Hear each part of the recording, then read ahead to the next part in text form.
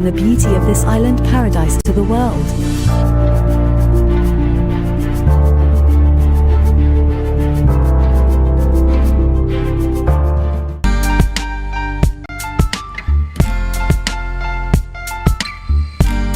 The smile on your face when you're moving from place to place. Good morning, good morning, morning, good morning, morning.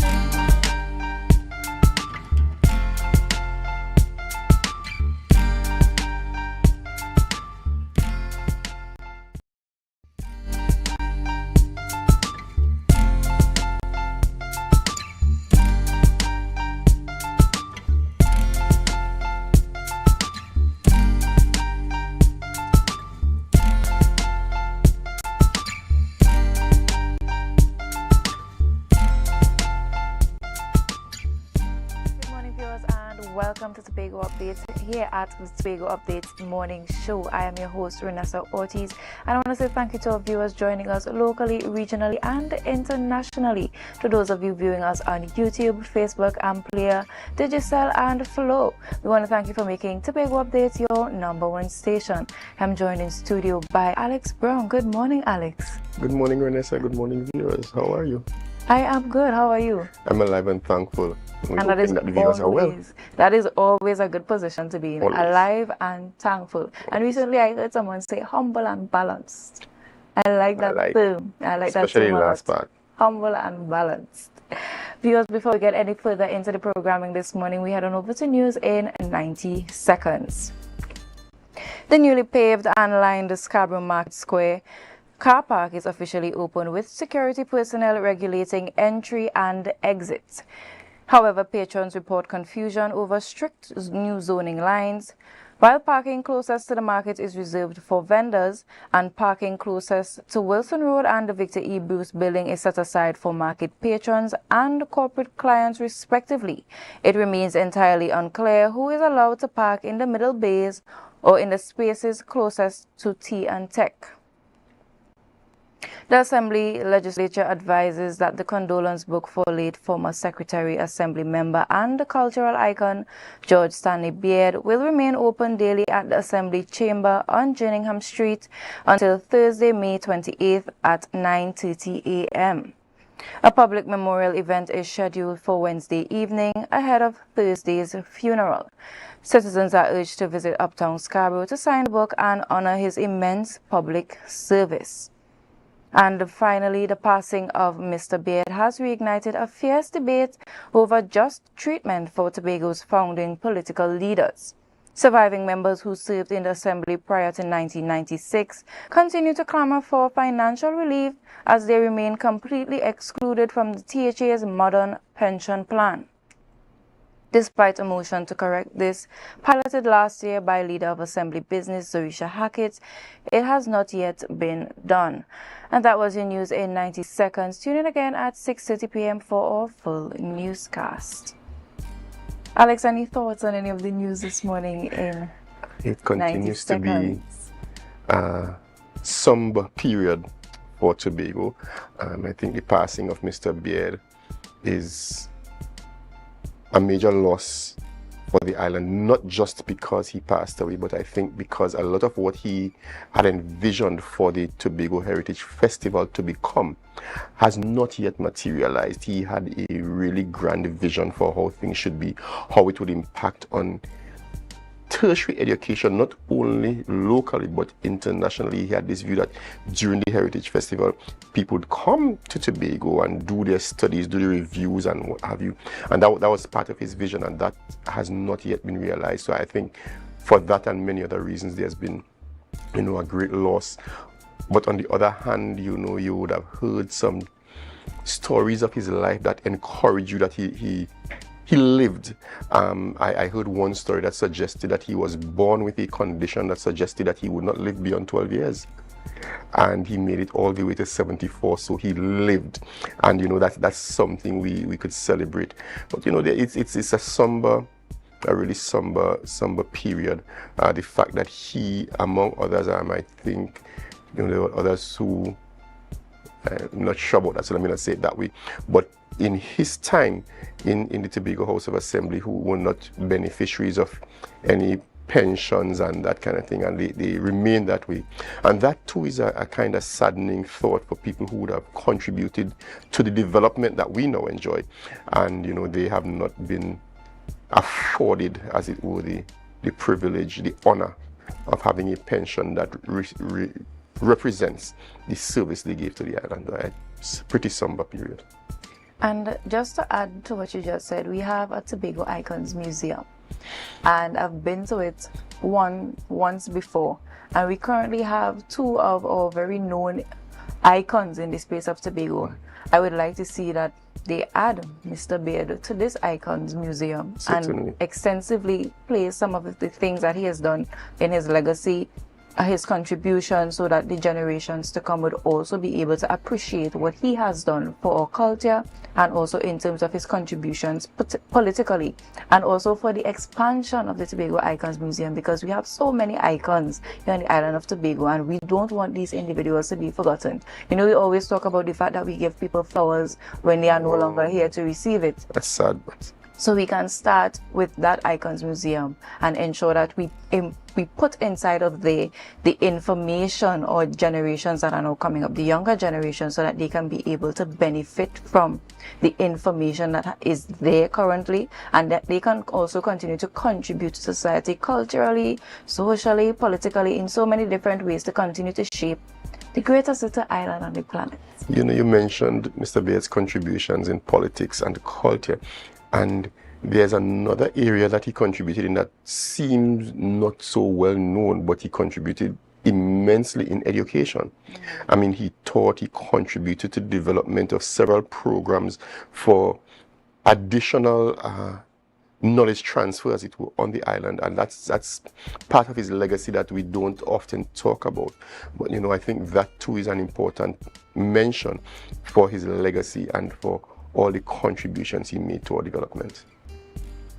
Yeah, and I think that that's something really that we really need to sit and think upon, we need to reflect upon, and moving forward we continue to ensure that our icons, their legacies never die, and that our young people know who they are and they understand who paved the way for them and where they are currently sitting. Indeed. Now, viewers, moving on to our celebratory segment this morning, we're over to our birthday shout-outs. We're celebrating with those who have sent in their information with us this morning so that we can celebrate with them. First up on the lineup, we have Miss Shelly Ann Jones. We have a bit of a mix-up with the picture here on the screen, but we're going to continue. Miss Shelly Ann Jones, happy birthday to you. We want to wish you a bright and prosperous year ahead, that you take the time to really reflect, and wishing you all God's richest blessings upon your life, that you really take the time to sit and write those goals down, and that you take some time today as well to spend with friends and family. Next on our list, Pastor Clive Dutton. We still continue to have some challenges. Here we go. Pastor Dutton is no stranger to the Tobago Up This Morning Show family. In fact, we had a chat with Pastor Dutton very recently. We want to wish you a very, very happy birthday, and the trust that as the years are added to your life, life is added to your years. Happy birthday and God's continued blessings on your life. He has such a vibrant spirit. Whenever I listen to him speak, especially at graduation ceremonies, I believe he was a speaker for my graduation ceremony. So engaging and so lively, and he really gives you something to think about. He has something for all ages. I always love how we incorporate humor in his speeches, and it really helps to engage the crowd and give you something to reflect and think about, and that God continues to richly bless him and grant him so many more years on this earth with health and strength. Indeed. And this has brought us to the end of our birthday shout-outs. To those of you who did not make it on the lineup this morning, we want to say happy birthday to you and wishing you a bright day ahead. Now, Alex, what's on the rundown this morning for our viewers? It's an interesting mix of things this morning. We talking some how do we see some issues that probably bring mixed emotions. We've had an arrest in Baby Angelo's case. We've had an arrest or an intent for arrest in the case of Joshua Samaru. So we'll talk about those two in our first segment. Then we'll talk marriage and marriage preservation, as it were, in the second segment. And in our final segment, we talk poetry, mind your words. It's an interesting mix, viewers. We trust that you're going to stay with us for all the conversations throughout this morning's show. And viewers, there you have it. If you want to be a part of these conversations, we encourage you to stay tuned here at Tobago Updates. And remember to share the live, share the live, share the live.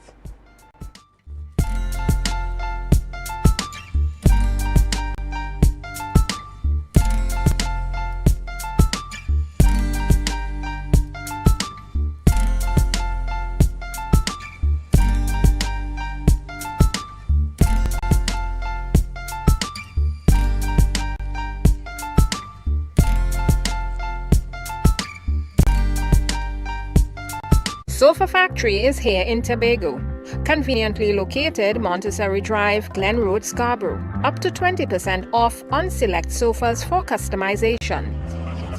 Deals on some sofas from as low as $4,000 until stocks last. 10% off on all wardrobes. Half off on shower heads with the purchase of a vanity set. Come in and experience the new way to shop for furniture and see the quality in person. Yeah. Looking for office attire or worship apparel, then come to Tia's Classic Closet. Shopping for casual clothing or just want to dress down. Big discount, so it's you on clothing and comfortable shoes. Get some wonderful accessories to match your attire. Come to Tia's Classic Closet at 39 Montgomery Road. Opening hours daily from 9:30 to 5:30. For more information, call 710-168-99999. Step out of my dreams to my real life. 'Cause girl, I wanna know you feel like, yeah.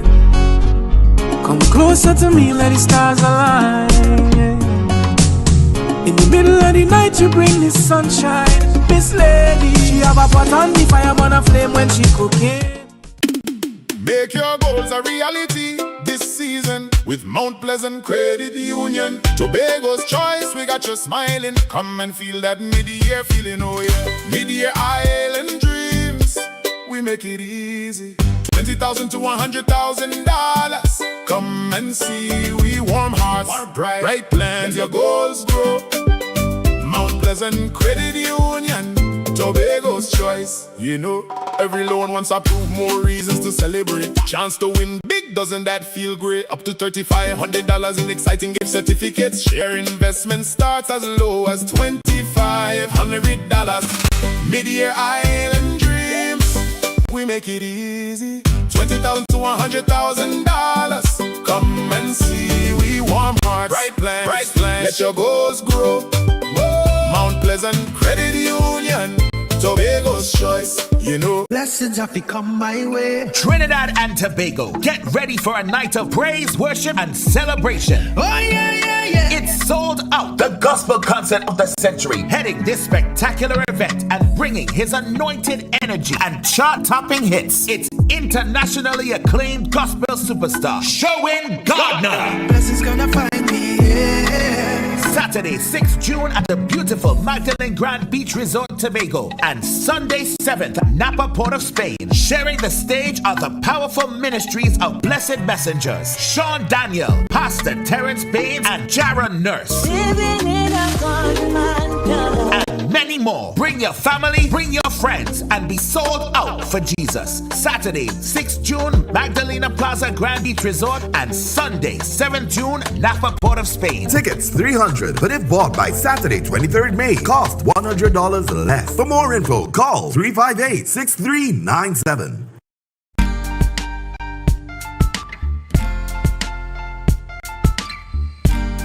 Put a smile on your face when you're moving from place to place. Good morning, good morning, morning, good morning, morning.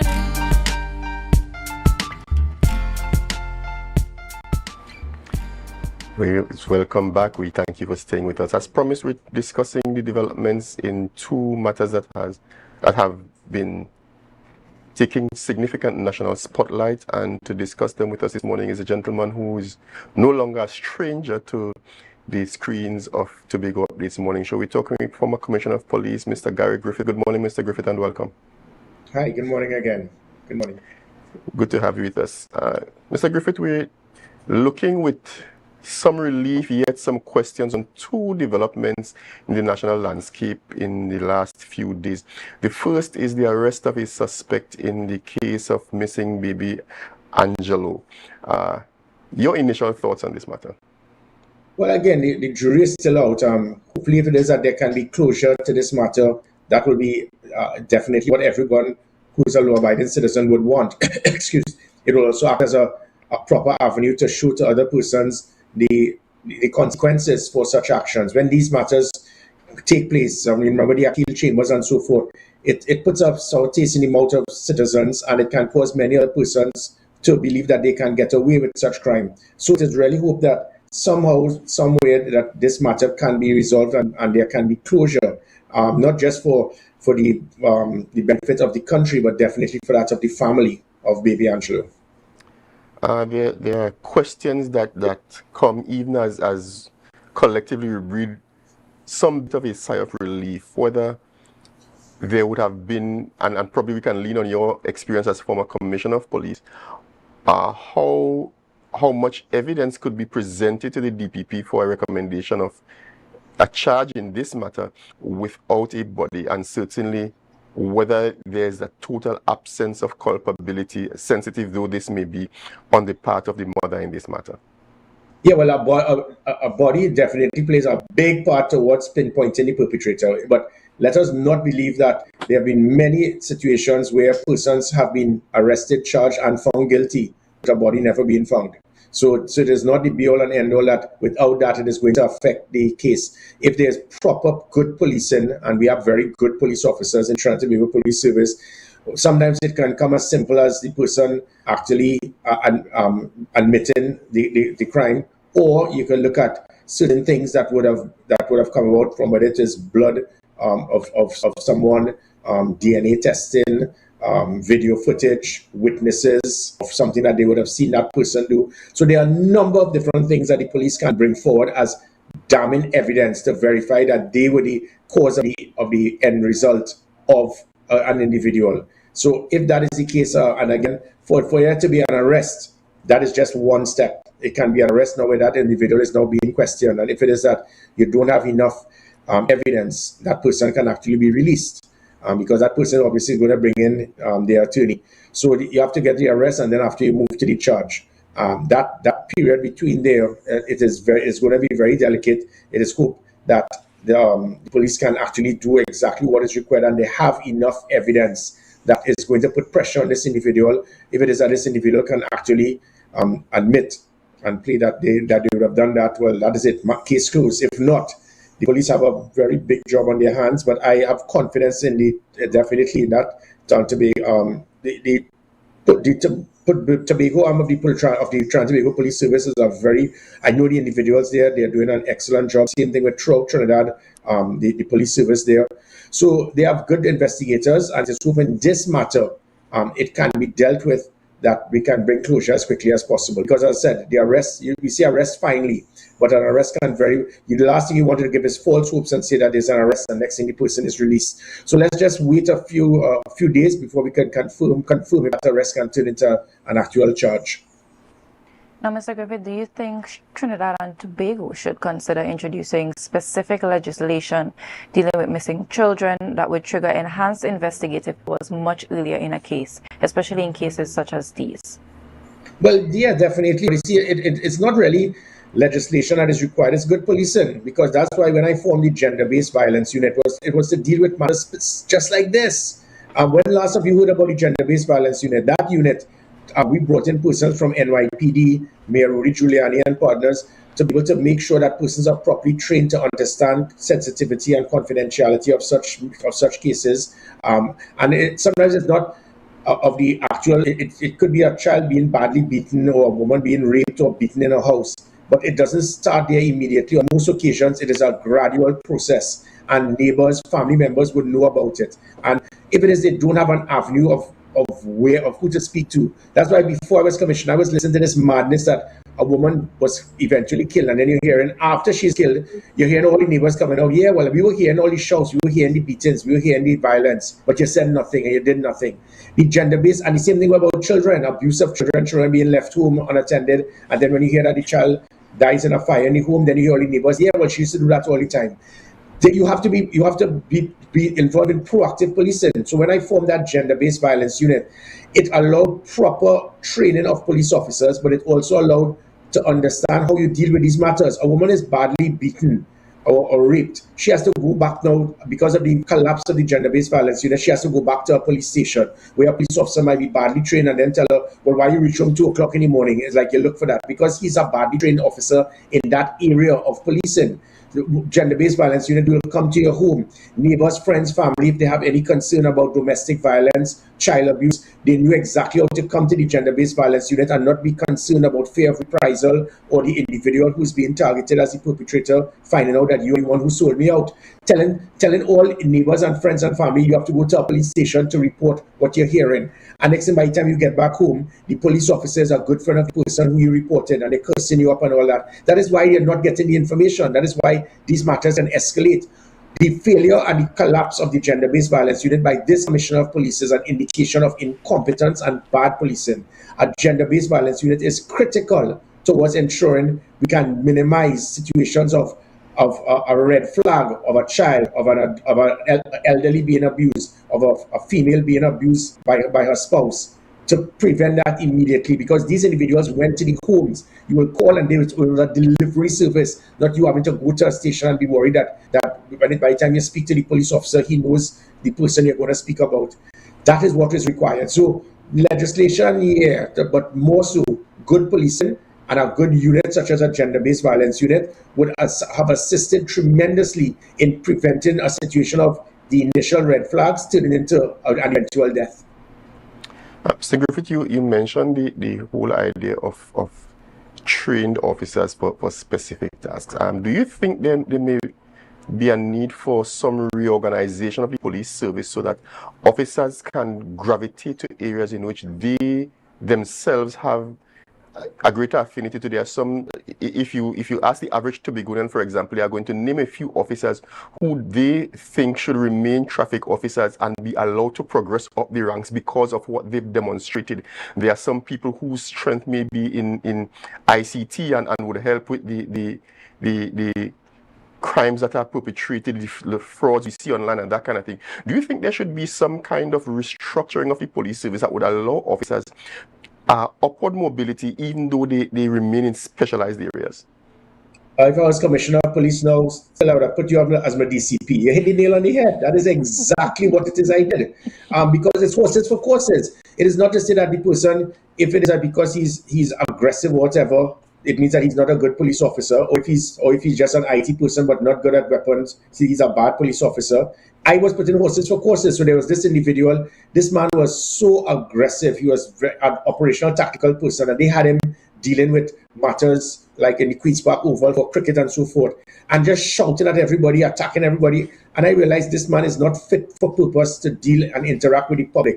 I put him in the GB. I put him in charge of the GB, and he was the second to none because he was able to know how to utilize this very powerful, aggressive force that is needed when aggression is required. So it was horses for courses. And again, it goes right back to gender-based violence. Not every one of the 7,500 police officers will understand how to deal with domestic violence, how to deal with a woman coming to your station and being beaten. I remember I got a report once, a lady her clothes were ripped and so forth. She went to a station before me as commissioner, and the police officer chased her. They said she was improperly dressed but she was beaten and battered, but the officers didn't understand.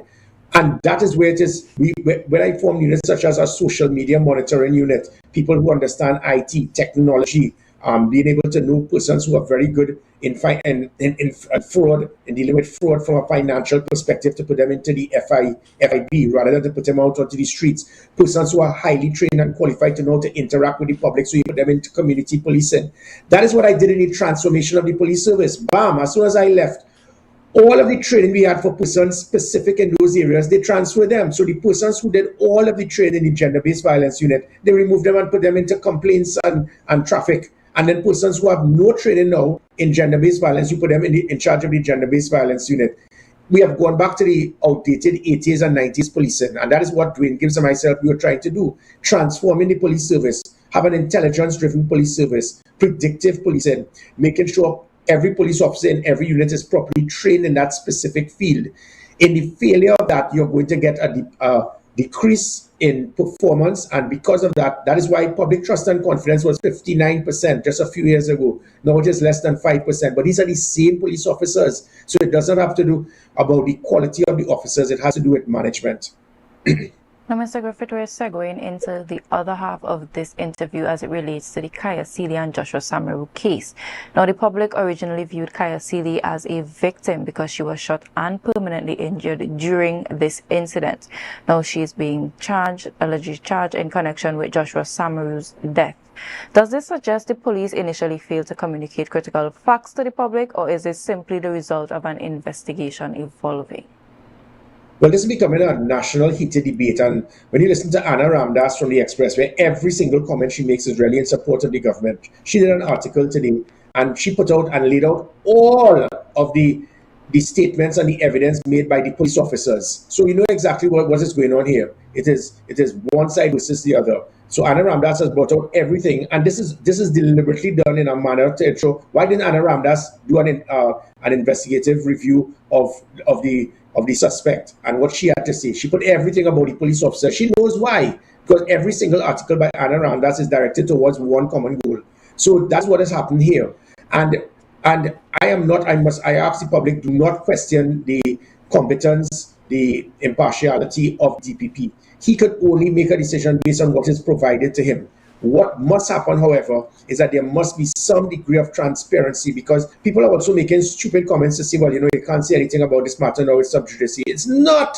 It is not before the court. So the same way Anna Ramdas has the right to give out one side totally of one version of the story, people can actually give the other side, which is why I find it is disappointing, if not totally sickening, that a commissioner of police will disperse a crowd where it's a silent protest, and you will utilize a colonial law in the 1930s to disperse them because you say it's a threat to national security. What was a threat there to national security? You can't be so intimidated with your ego being bruised because you are the first police office commissioner in the history of this country when a protest has taken place outside the police admin building saying that they want you removed. Because of that, your ego is so fragile that you decide to remove them and then threaten them that, say, if you go by the DPP's office tomorrow to protest, you are going to charge all of them.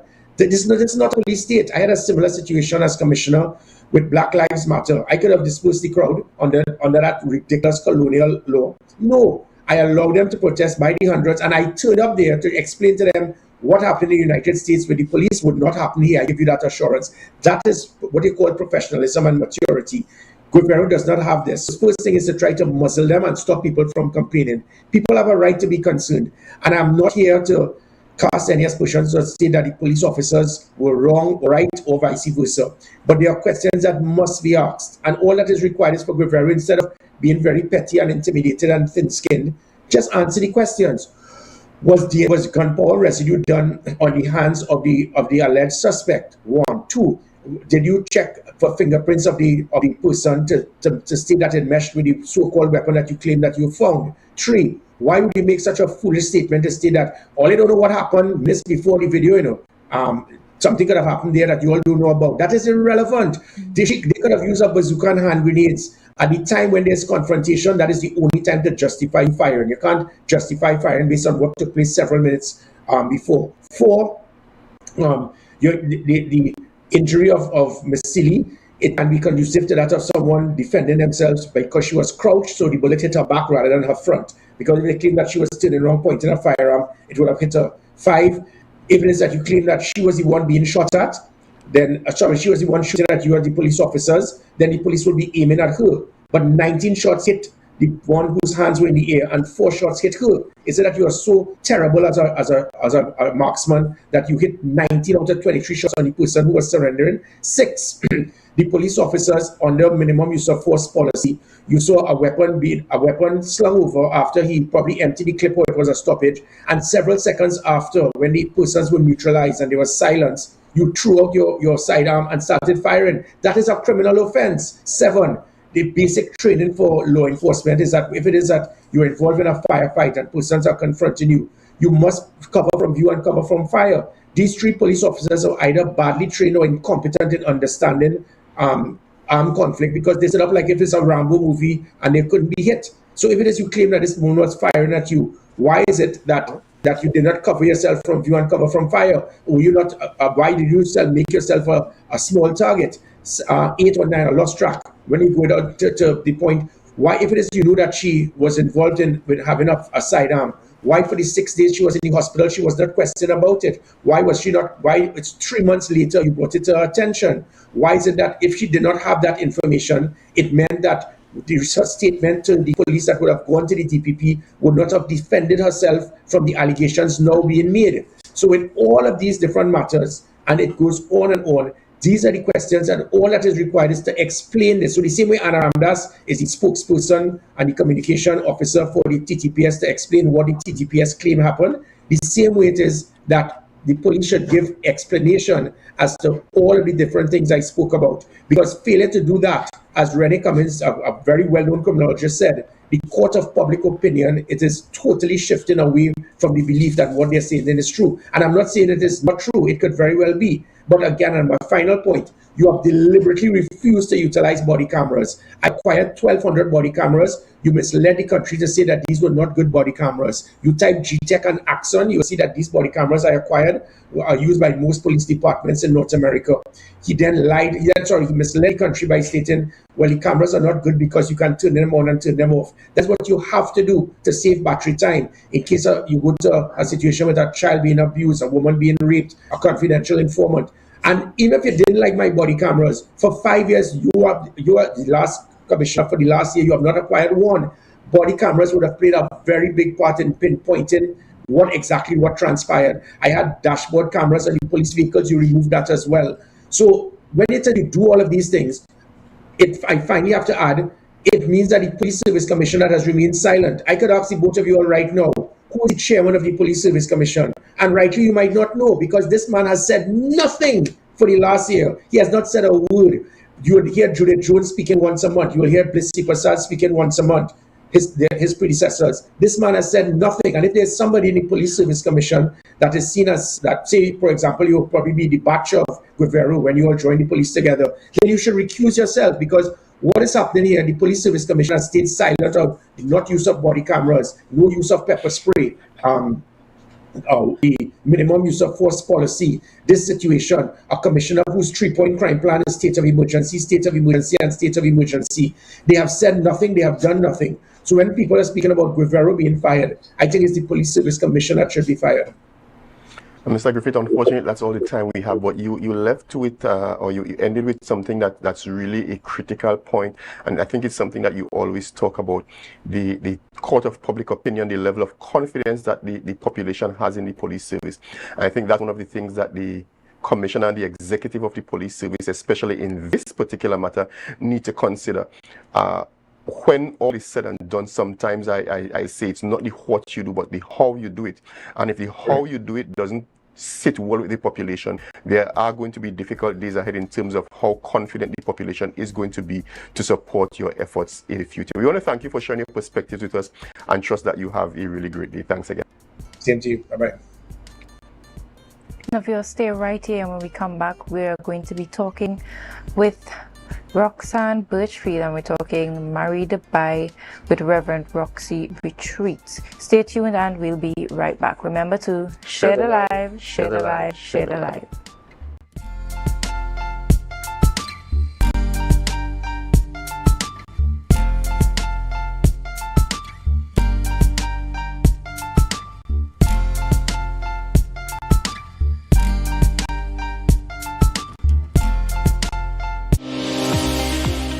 Early prostate cancer has absolutely no signs or symptoms, and that's why we strongly push the men once a year, get up there and get screened with a digital rectal examination and a PSA, prostate-specific antigen, a blood test. Any PSA above 4 is abnormal. All men, once they hit 40 years of age, go and have that PSA test done. viewing Caribbean Medical TV on this station. Make your goals a reality this season with Mount Pleasant Credit Union. Tobago's choice, we got you smiling. Come and feel that mid-year feeling, oh yeah. Mid-year island dreams, we make it easy. $20,000 to $100,000. Come and see, we warm hearts, bright plans, your goals grow. Mount Pleasant Credit Union, Tobago's choice. You know, every loan wants approved, more reasons to celebrate. Chance to win big, doesn't that feel great? Up to $3,500 in exciting gift certificates. Share investment starts as low as $2,500. Mid-year island dreams, we make it easy. $20,000 to $100,000. Come and see, we warm hearts, bright plans. Let your goals grow. Mount Pleasant Credit Union, Tobago's choice, you know. Okay. 335, 336, 337, 338, 339. Counting on your fingers again. No wonder you lose your business. Grandpa, thanks for helping me start over. You not lucky in business, you know. As a child, you tried to sell pork plum. That failed. As a teenager, you and your boyfriend tried to break into the jewelry business. But hey, where that boy end up? He live in Aruka in the Grove. The golden one. Oh, child, if you want to get into business, you have to have your financial records intact. But hey, do you know your numbers? Of course, 624 333. No, child, your numbers, your ratios, your equity ratios. You have a financial handicap. What? You need to see somebody about that. Anderson! Who? Anderson in Trinidad and Tobago, they offer tax and accounting services. They know about financial management. Grandpa, I started this business with nothing. And nothing is what you will end up with unless you call Anderson Services. Here. Okay, this card is nice. Yeah. What's this? Your rental fee. Have business will pay rent. Hot and groovy in the soca party.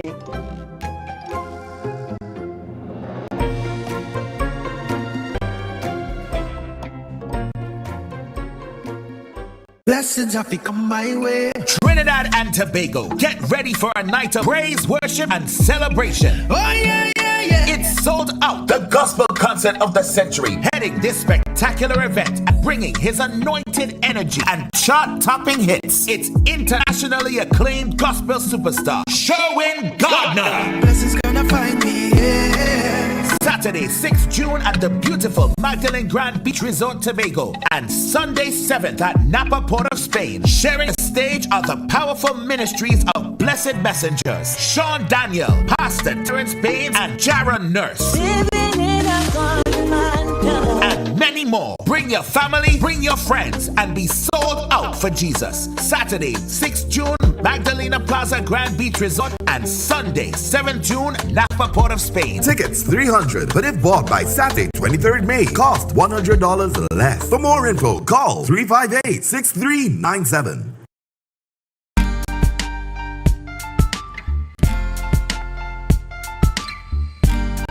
Put a smile on your face when you're moving from place to place. Good morning, good morning, morning, good morning, morning. Good morning, viewers, and welcome back. Now we're talking about marriage. Marriage Rewired Tobago is a 3-day marriage retreat hosted by Reverend Roxy and Reverend Joshua Birchfield, designed to help couples reconnect emotionally, spiritually, and relationally. Set against the backdrop of Tobago's beauty and culture, the retreat focuses on strengthening communication, intimacy, healing, and legacy while creating intentional space for couples to invest in their relationships. Good morning and welcome to you, Reverend Roxanne Birchfield. Good morning. Thank you for having me. Now, what inspired the creation of Marriage Rewired Retreats, and why did you choose Tobago as the location for this experience? Well, I actually was born in Trinidad. Oh, wow. And then a few years ago, I had the opportunity to come here and speak at a summit. And when I came here, I was like, why haven't my parents ever taken me to Tobago? And I absolutely fell in love with it. I felt like it was just the perfect twin to Trinidad. It was a little bit more calm. Time kind of stopped here, and you really felt like you had the opportunity to think clearly. And so I fell in love with it, and immediately it made me realize that so many people know me as the minister of marriage. Like, I come in, when they see me, they know someone is getting married. And they've known me from TV shows like Love is Blind or Married at First Sight. They've seen me on so many different TV shows officiating weddings. And they often also come to me and my husband for marriage counseling. And I said, you know what? Tobago is the perfect place to bring together the experience that people all over the world have gotten with me, whether it was, through marriage counseling or premarital counseling. Tobago is the perfect place to create that sacred space for people to heal, to reconnect, to really have a space to say, okay, we're married and we had a wedding, now what?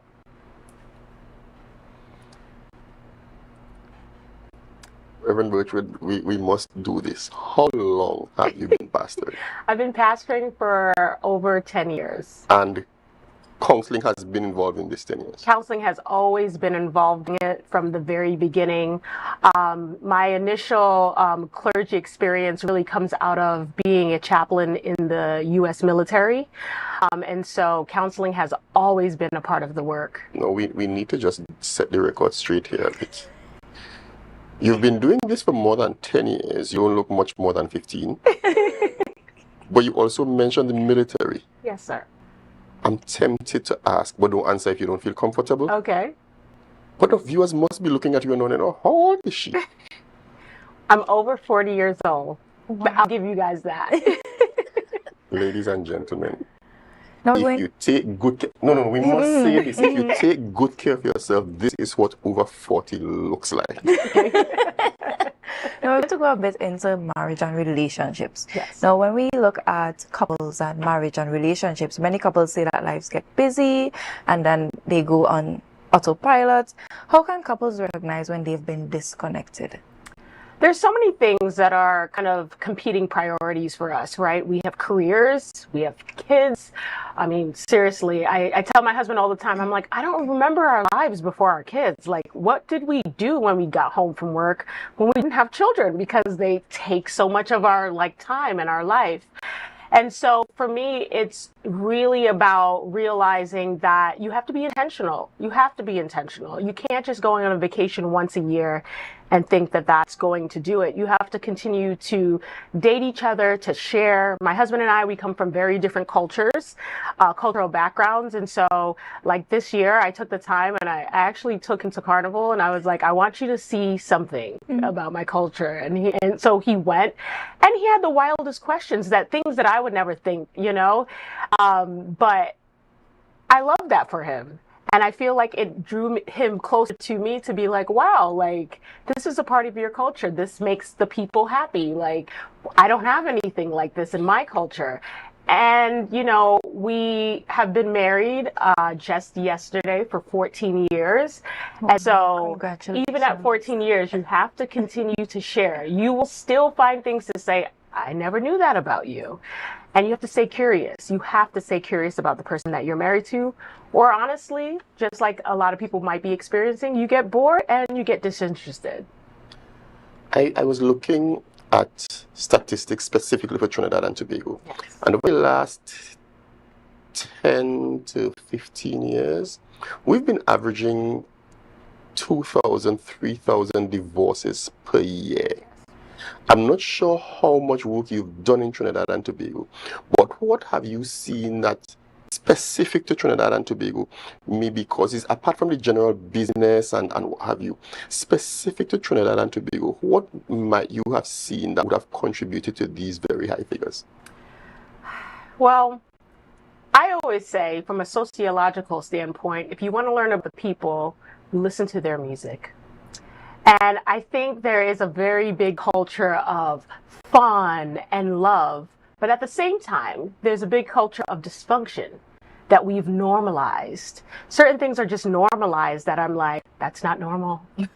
That's not normal, guys. We should not be excited about this. It's not normal. And so for me, coming here is also very special to me because it is my culture. Yes, I have the American version of being Trinidadian, but still it is my culture. And my parents came out of this culture. My parents actually met in seminary school in Trinidad.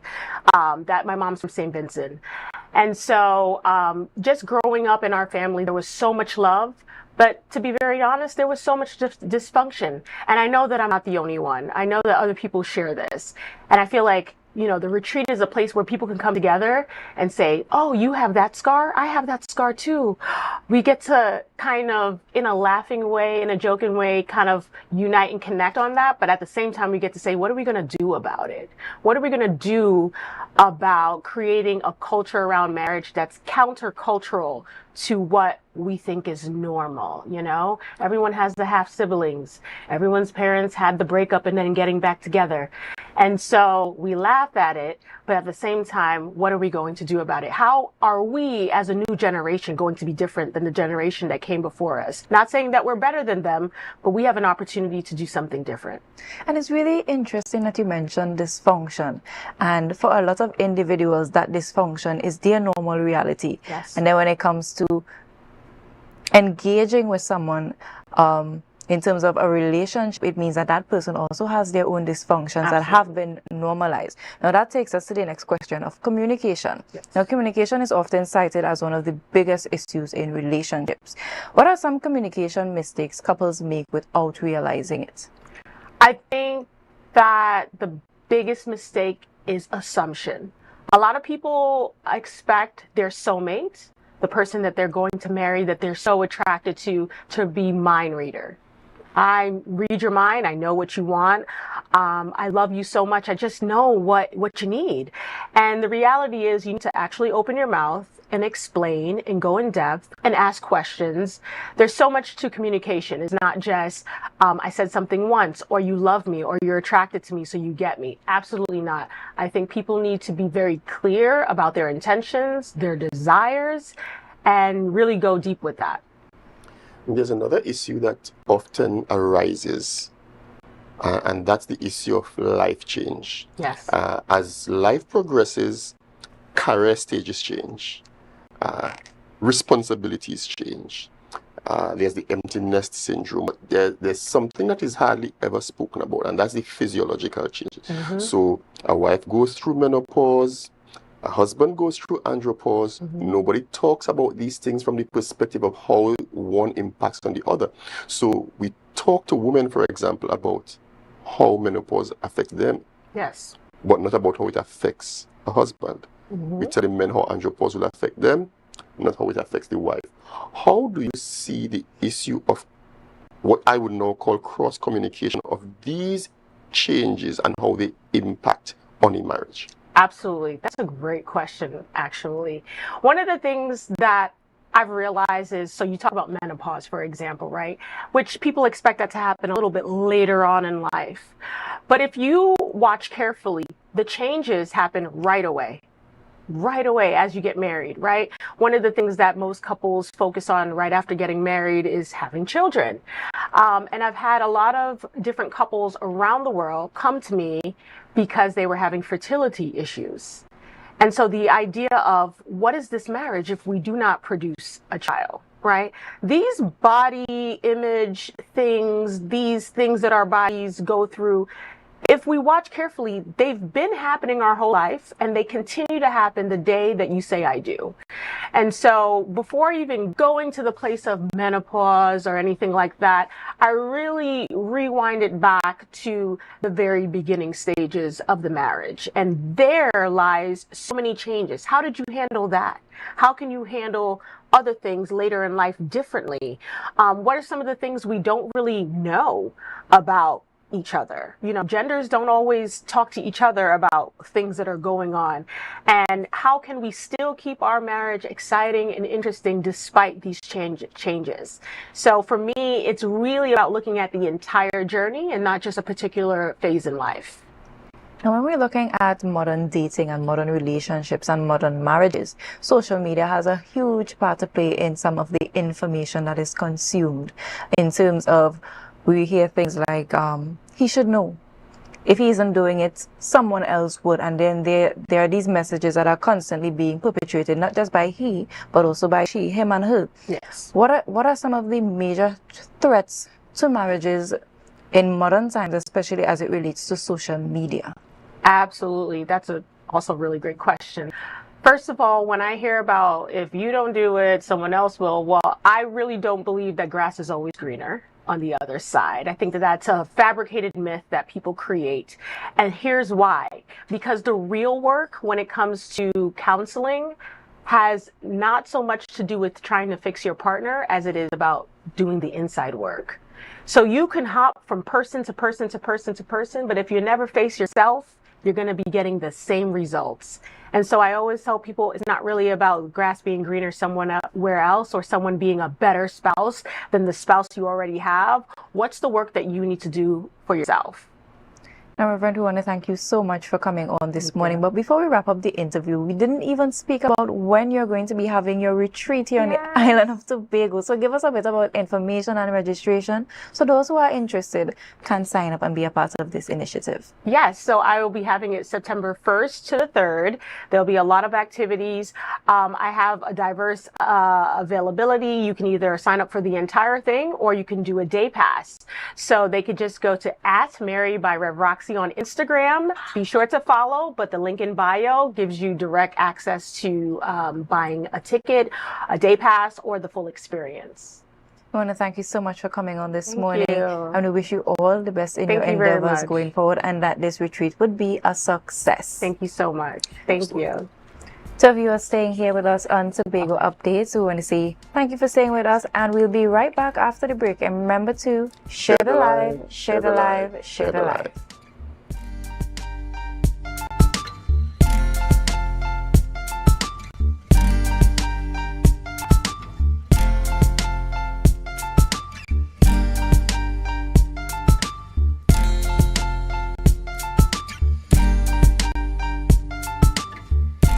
And I have never, ever tried anything from the dirt oven. Let's go to the backyard dirt oven on a Thursday. Here now, talk about authentic. On entry, I felt at home. I felt like I was going to visit my loving grandmother on a weekend. The kind of weekend where she showers you with love, stories, and food. This place is a home away from home. And just like I would do at home, I pop the question, what you had to eat day? And boom, coconut drops. Boom, bread.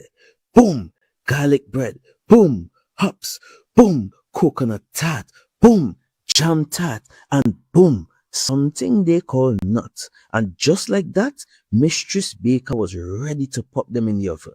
And don't worry, she had some help. And while we was waiting, I said, let me hear from Mistress Baker herself. Well, we've been operating for a couple of years now. We started, this was a COVID project. We operate strictly on Tuesdays. Tuesdays only. You don't keep stock. We only sell on Tuesdays. Such a sweet lady. Hey, AMPLIA, it's ready. When last you see a nice golden brown bread, sir? Backyard bakery for the win. AMPLIA at GT. I finally get me the oven bread with a little extra goodies on the side. You might be asking, where they're located? They are located on Bukuru, right on Nightingale Avenue, right before Racetrack Wheels if you're coming from town. Just look for the green hedge. You can't miss it. Pause. Check out the menu they want. Honestly, guys, this is an experience I will never forget. It's a home away from home, a place filled with love, life, and most importantly, good bread. Looking for office attire or worship apparel, then come to Tia's Classic Closet. Shopping for casual clothing or just want to dress down. Big discount, so it's you on clothing and comfortable shoes. Get some wonderful accessories to match your attire. Come to Tia's Classic Closet at 39 Montgomery Road. Opening hours daily from 9:30 to 5:30. For more information, call 710-168-9999. Blessings have to come my way. Trinidad and Tobago, get ready for a night of praise, worship, and celebration. Oh yeah, yeah, yeah. It's sold out. The gospel concert of the century, heading this spectacular event and bringing his anointed energy at chart-topping hits. It's internationally acclaimed gospel superstar Sherwin Gardner. Blessings gonna find me. Yeah. Saturday, 6th June at the beautiful Magdalene Grand Beach Resort, Tobago, and Sunday, 7th at Napa, Port of Spain. Sharing the stage are the powerful ministries of Blessed Messengers, Sean Daniel, Pastor Terrence Bain, and Jaron Nurse. And many more. Bring your family, bring your friends, and be sold out for Jesus. Saturday, 6th June, Magdalena Plaza Grand Beach Resort, and Sunday, 7th June, Napa, Port of Spain. Tickets $300, but if bought by Saturday, 23rd May, cost $100 less. For more info, call 358-6397. Step out of my dreams in real life. 'Cause girl, I wanna know you feel like, yeah. Come closer to me, let the stars align, yeah. In the middle of the night, you bring the sunshine. Miss Lady, she have a pot on the fire, burn a flame when she cooking.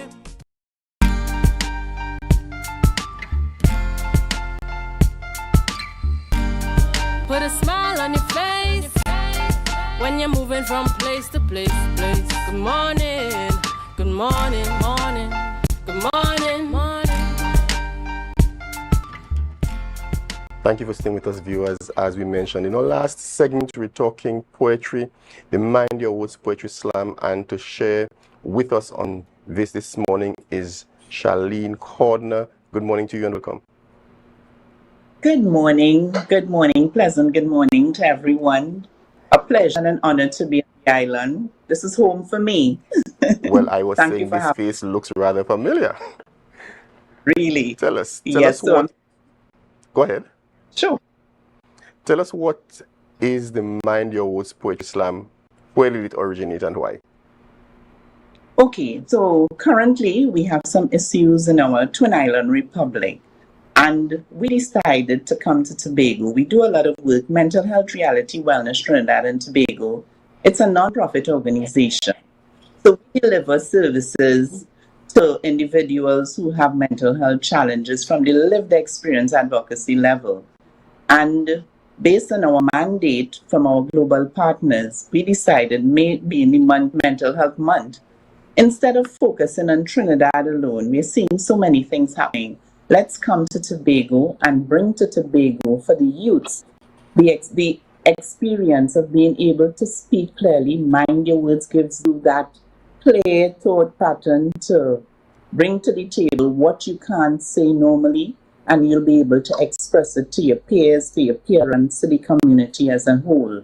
So it's important to give them that opportunity. So here we are to give to Tobago this gift, a free expression of our youths, 15 to 19 years old. On behalf of Tobago, let me say thank you very much for involving us in this event. Yes, thank you. Usually, we say that we're not an expressive people. I think, though, that it's rather we're not a formally expressive people. Because I think if you walk along any street in Trinidad or Tobago, you find people talking, saying whatever they say. I think the challenge, though, is that we've not been able to appropriately, I think that's the word, appropriately express ourselves, often without the use of profanity. Right. And so this opportunity for our young people to learn to say what you feel without having to be offensive in any way, I think really presents something that is beneficial to all of us. What do we view in terms of the opportunity for expression is the biggest challenge in our society?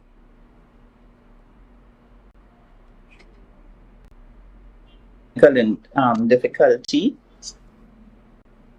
Just 1 second, please. Okay, so are you seeing me clearly? We're not seeing you just yet, but we can hear you, so go ahead. And we'll get the video sorted out as we go along. Okay, so please repeat the question. Just got distracted with what happened here. What do you see as a major challenge to appropriate expression? Okay, so the major challenge are appropriate. You know, in homes, let's be very honest of what is happening. For years, we have had some little things where people have challenges and we don't want to say the truth, which is we need to visit the professionals and have that conversation. We have pastors, we have community leaders, we have elders in our families because Tobago, we know what is the family structure. So, all that being said, we need to ensure that our youths feel comfortable to be able to say to us, I am having a problem. It may be with their schoolwork, it may be with a peer, but for some reason, as parents, we shut down. I'm busy, I have my career going on, I have challenges on my job. But I don't want to hear from this child who is crying out for help. Say something to me. Going to the competition, one of our rules is about profanity. Our rules are quite strict because all of a sudden, based on what we experience on social media, we would hear these words being used across the world. It's coming from the political directorate, it's coming from so many different quarters where people just use these words. So, what are we saying to our young people? Let's give them the opportunity to speak, as we would both agree, on what they are facing daily. It's not to say we didn't face it growing up, but let's hear your season of what you are experiencing, and we can then collectively sit across the table, have that discussion, and understand where we are going to assist them in changes for development. Now, we're currently in the digital age where a lot of communication happens online, which means now that in-person conversations and that communication has been extremely limited. That now when you're in a social space, you see the phones out or you're on the devices and you're unable to connect and have a conversation with persons who are right in your space with you. Have you seen examples of how using poetry have encouraged the young people to express themselves better in these spaces and also to create the opportunity for expression that is positive among their peers? Oh yes, going into different communities and attending that is a slam in Trinidad, not digital, but a live slam by lit bokers. They have been doing it for years, and I've seen so much growth with the individuals who've come out of it. I've interacted with some of the poets, and you listen in those programs to how clear they deliver, and you're seeing changes in individuals who were walking a little off the path, and you would see them changing. That communication that we need to have is so important. Social media has taken over. I've seen where issues happen, and instead of rendering help, someone would pull the camera out to record. And that's a strange place we have reached to, because first and foremost, let's remember we are our brothers and sisters keepers. So to ensure that we take care of each other in our communities, we have to ensure these young people remember we are, we're reinventing the wheel, are we? Let's ensure that they are prepared for the next level of life, which is to ensure that you understand basic comprehension, basic English language. The basic things will take you to where you have to go to the next level. And you mentioned earlier in the interview that this year you ensured to include Tobago. On the flyer we saw the FACT Foundation. The FACT Foundation is Tobago born and bred. And that collaboration, I know it's going to be one that is fruitful for the young people who are a part of that foundation. But apart from that, we want you to just share with the viewers, those who are listening, the date, the time, the where, the how, and how they can be involved and be a part of this competition. Yes. So I am saying that in my time in Tobago, so can I say a special good morning to Dullaford and Speyside. My mother is an artist from Dullaford, and my father, who's now deceased, is actually from Speyside. I spent a lot of time in Tobago, spending holidays up in, what you call it, Yellowgrass and Dullaford. So I'm saying good morning to those communities, especially. I hope no one takes offense, but I must make mention of so mind your words. And really when we were planning, we wanted to use Drag Your Bow, Mr. Fiddler, because we that is representative, but we didn't want to step on any toes. We need to ensure that we're doing the right thing. So Mind Your Words is actually our version of Drag Your Bow, Mr. Fiddler. This happens on Saturday, 30th of May. Now, that's our final leg, because what has happened here is that we would have had digital entries, because you would see it's a youth digital poetry slam. So those entries would have come through our email, which is advocate.mhrwtt@gmail.com. I can repeat, mhrwtt. That's our email. That's our email address. So advocate.mhrwtt@gmail.com. Right? And when you scan our QR code, it will take you to the rules. It will give you the opportunity to download your information or your poem, your poetry, and you are registered, and you will get an email giving you an update of your registration number and everything. So tomorrow is our cutoff date, where we have our final entries, and we then prepare for a live presentation on Saturday, 30th of May. This is at the Green Palm Boutique Hotel in Bonaccord. Trust me, come out. It's a family evening. It's giving you the opportunity. We have not charged an entrance fee to come into the event. All we are saying is to ensure that you bring your family out. Even though they're not entering, pull the family together, bring them, let's sit down and have a good time. They will meet the MHRWTT team, who has, made some sacrifices to come here. Everyone would not have been able to attend. Our liaison in Tobago is Miss Dawn Paris. This morning, she had her job, so she's not able to be with me on this interview, but I want to make special mention of Miss Dawn Paris. She is our VP of Tobago, and we have Mr. Kerwin Adams as well, who is our technical advisor on the team.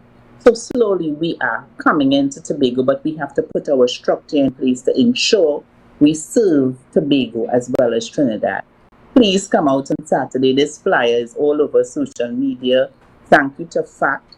They would have given us the opportunity to partner with them to bring this beautiful project, one in a lifetime, to Tobago. We have Inter-Caribbean Airways, who is with us, Aves Mental Health of South Africa, Shepherd's Inn of Tobago, Dr. Rose's Healing Place of Canada, Sisters Calling, and we also have, which I must make mention of, our special blessings of the people in this community on this Twin Island, on this isles, the sister isles, who have opened their doors, who have opened their ears, opened so many opportunities to give us, to lend support to what we are doing on Saturday. Please come out, 5 p.m. to 8 p.m. We have fantastic prizes. We're not letting it out of the bag. Come out and make your presence known. Please meet me. Please, the youths, they can volunteer as well. And we do what we have to do. Well, Ms. Cordner, we want to say thank you very much for joining us and for sharing. Thank you for giving the opportunity to Tobagonians, in this case. Let's say for what it is, your own people. And we really appreciate, we really appreciate you. Thank you very much for joining and sharing with us this morning. A pleasure and a blessing. Thank you so very much. All the best. See you soon. Welcome. See you on Saturday. Yes. Thank you. Well, viewers, there you have it. That's our show for this morning. We trust that you enjoyed it. We trust that you enjoyed the time with us, and we look forward to doing this again tomorrow. In the meantime, as we head on out, we encourage you to stay with us. GMT is up next, and remember to share the light, share the light, share the light.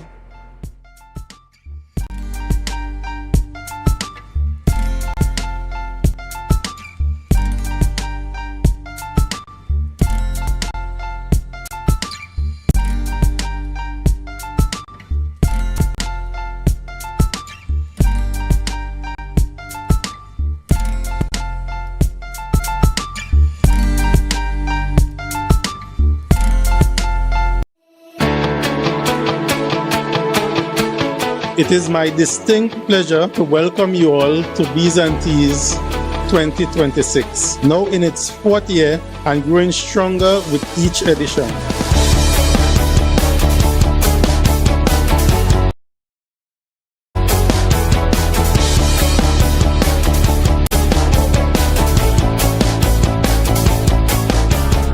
Today we are celebrating two very important occasions: World Bee Day and International Tea Day. By bringing them together, we have created something uniquely Tobago, a moment to reflect on nature, on wellness, on culture, and on the ties that bind us to this land and to each other.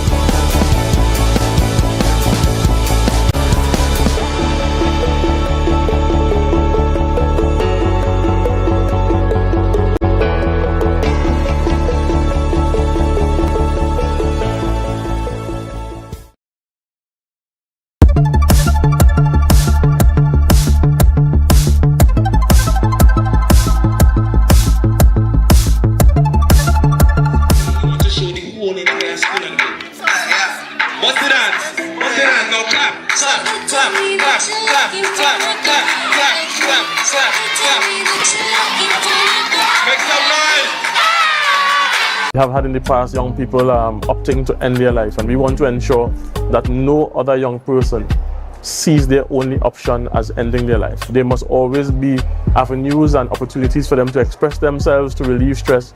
And so when Emperors brought this idea, we saw it as an opportunity for us as the Division of Youth Empowerment and Sport to add another level of support to the younger generation here in Tobago.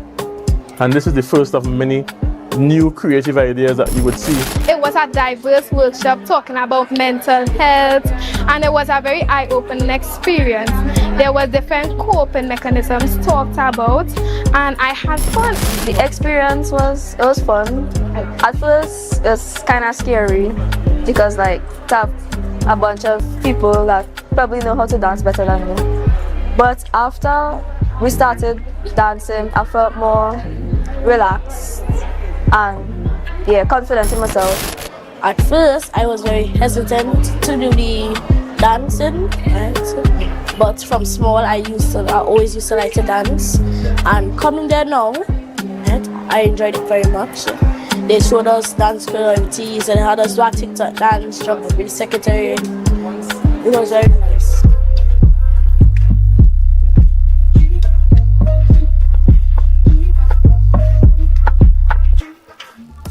That was a production of the Department of Information, Office of the Chief Secretary, Tobago House of Assembly.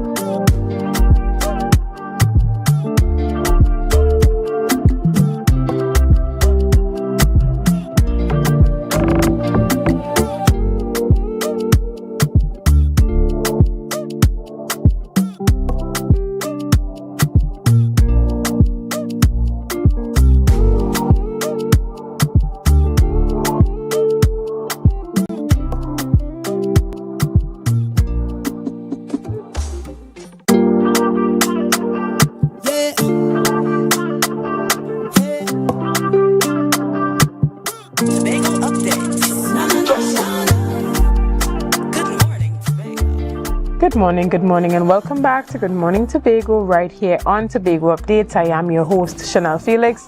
And ladies and gentlemen, you know whenever you see me sitting here, it's because we're about to have those conversations that you want to have while I ask those questions that you want asked. But before we get into this morning's interesting topics and conversations, let's have our news in 90 seconds. The newly paved and lined Scarborough Market Square car park is officially opened with security personnel regulating entry and exit. However, patrons report confusion over strict new zoning lines, while parking closest to the market is reserved for vendors and parking closest to Wilson Road and the Victor E. Bruce building is set aside for market patrons and corporate clients. It remains entirely unclear, however, if persons are allowed to park in the middle bay or in the spaces closest to TN Tech. Additionally, the Assembly legislature advises that the condolence book for the late former Secretary, Assembly member, and cultural icon George Stanley Beard will remain open daily at the Assembly Chamber on Birmingham Street until Thursday, May 28 at 9:30 a.m. A public memorial event is scheduled for Wednesday evening ahead of Thursday's funeral. Citizens are urged to visit Uptown Scarborough to sign the book and honor his immense public legacy. And finally, the passing of Mr. Stanley Beard has reignited a fierce debate over the just treatment of Tobago's founding political leaders. Surviving members who served in the Assembly prior to 1996 continue to clamor for financial relief, as they remain completely excluded from the THA's modern pension plan, despite a motion to ensure that all previous members can benefit this year by the leader of Assembly Business. This has not yet been done, and that has been our news in 90 seconds. Ladies and gentlemen, we take a quick break right here, and we will be back with you soon. We are melanated ones. We special and there is no denying. Tobago is number one. I am you and you are me. Together we blessings have come my way. Trinidad and Tobago, get ready for a night of praise, worship, and celebration. Oh yeah, yeah, yeah. It's sold out. The gospel concert of the century, heading this spectacular event and bringing his anointed energy and chart-topping hits. It's internationally acclaimed gospel superstar Sherwin Gardner. Blessings gonna find me. Yeah. Saturday, 6th June at the beautiful Magdalene Grand Beach Resort, Tobago, and Sunday, 7th at Napa, Port of Spain. Sharing the stage are the powerful ministries of Blessed Messengers, Sean Daniel, Pastor Terrence Baines, and Jaron Nurse. And many more. Bring your family, bring your friends, and be sold out for Jesus. Saturday, 6th June, Magdalena Plaza Grand Beach Resort, and Sunday, 7th June, Napa, Port of Spain. Tickets $300, but if bought by Saturday, 23rd May, cost $100 less. For more info, call 358-6397.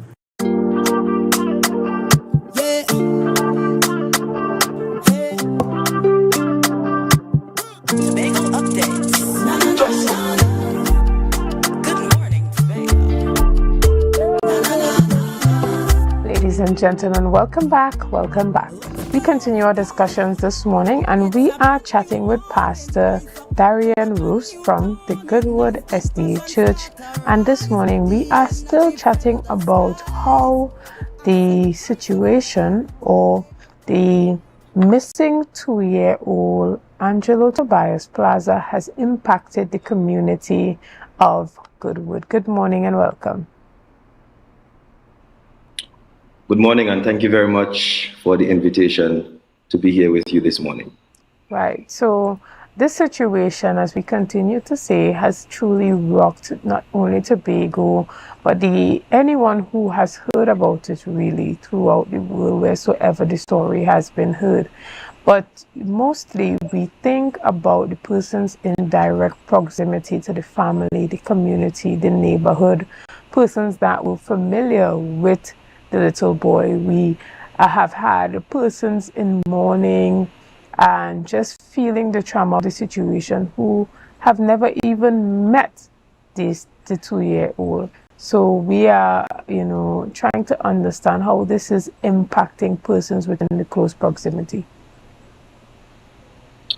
Yes, definitely. Actually, I serve as the district pastor of the Near East District, and that comprises of 4 congregations from Mount St. George to Bell Garden, which Goodwood Seventh-day Adventist Church is a part of. And so my church at Goodwood is actually on that same street where you would see a lot of videos on the internet circulating, because the church is located not too far from where the individuals lived. And so this is really devastating. It's really affecting the community. As you can see, night after night, evening after evening, folks are on the streets, they are lighting candles, they are having worship, they are praying. And it just goes to show that this has really impacted the community in a negative way. And folks are definitely hurting at this time. Right. And have you seen, you said that persons are still coming out, still praying. What are some of the long-term effects you see coming out from this event that may be positive and some that may be negative? All right. Well, in terms of the long-term effects that may be positive, I really believe that from henceforth, parents, not only in the Goodwood area, but parents in Tobago, in Trinidad, and even across the world, those who are looking on, and guardians would be much more careful in terms of how they conduct their duty with their children. It has created a sense of greater security for our toddlers and our children. And so I think that's a positive. I think also another positive is the community on a whole. There was a time when the community really used to participate in raising children, and that has changed over the years. But I think this whole situation has really demonstrated the need for the community to be involved in the raising of our young people and our children. There's a statement that says it takes a community to raise a child, and I think this situation has definitely brought awareness to that. In terms of the negative effects, I can definitely see that it will take some time for our community to heal. It will take some time for those who are directly affected to heal, the family members associated and so on. And by extension, the community, I think because the community has become so invested in this case, we are hurting just as if it was our own child. And so that effect will be long term. There need to be some form of intervention in terms of maybe counseling for some folks, because healing really would be needed. The long term effect is devastating. Understood. And when we talk about the trauma at the community level, how does a community truly move forward from something like this that many of them have never seen, never experienced, and it continues to linger in their mind, and the conversation is still at the tip of many persons' tongue? A community going forward, healing, as I said before, it would take time. It would be something that would take a lot of time and effort. But I really believe that this situation, as grim as it is, has really demonstrated to the community how much we need to bond and bind together more than ever before. And I think we can be able as a community to lean on each other's strength.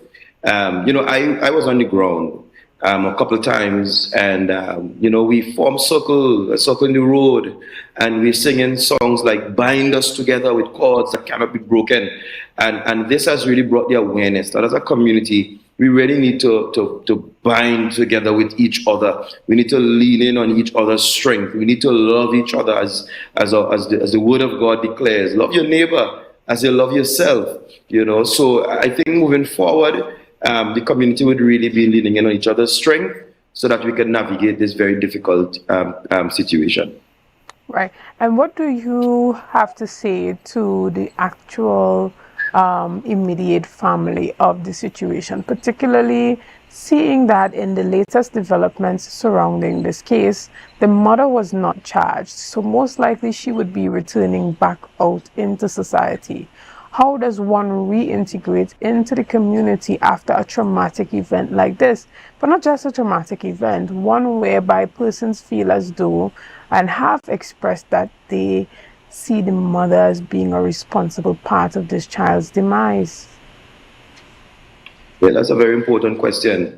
Reintegrating back into the community, but I perceive it may be challenging for the mother in light of all that you have been seeing on the media, all that you've been hearing, all the speculations. But two things I would like to say.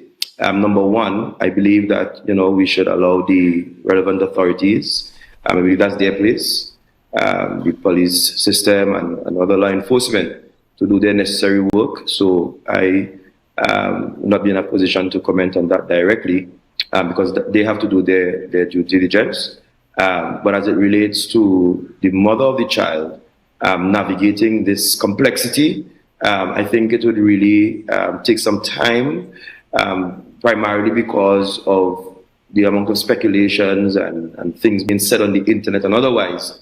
It would really be a task for her integrating back into the community and folks having that sense of trust and confidence and so on.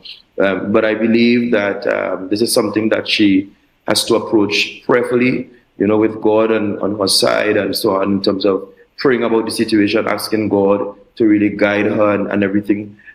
Where that is concerned, I believe that she would be able to navigate the situation. So we're just hoping for the best. And as a church, we are really praying for the situation. We are praying for the family. We are praying for all those involved. And we really want, at the end of the day, for all to work well, where justice and closure is concerned for little baby Angela. And what role do you think the church has to play moving forward with the community, with the family, just putting the pieces together?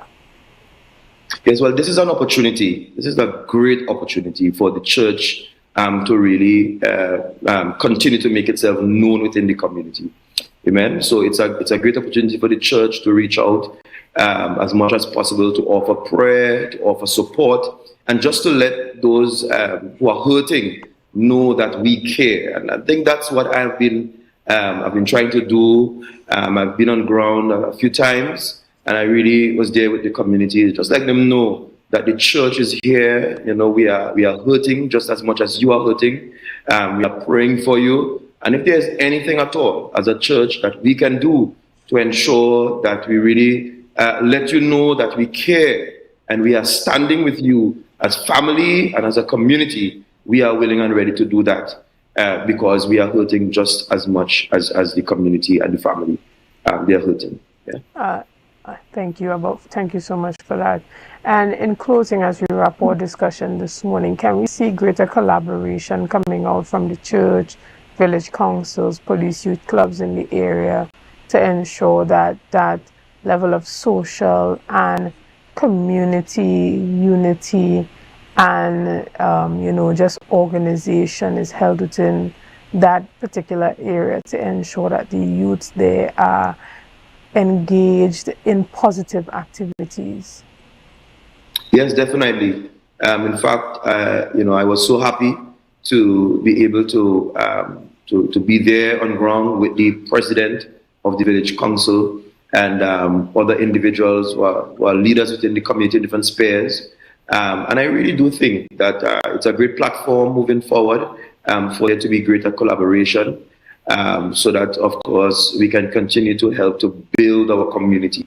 I really want to reiterate that statement. It takes a community. And I remember saying to some of the villagers who were there, this experience, as unfortunate as it is, it created that platform, where the church and community and so on, we can really rally with each other for the common good of our community to really ensure that we do what we can to contribute to a better Goodwood, to contribute to a better Tobago, to contribute to a better society, and to really be there and make our presence known. So it's a great platform. As unfortunate as it is, it's a great platform for us to really bond together, gel together, and do whatever we can as church and community to contribute to the prevention of these issues. I foresee that we may have to conduct some community programs,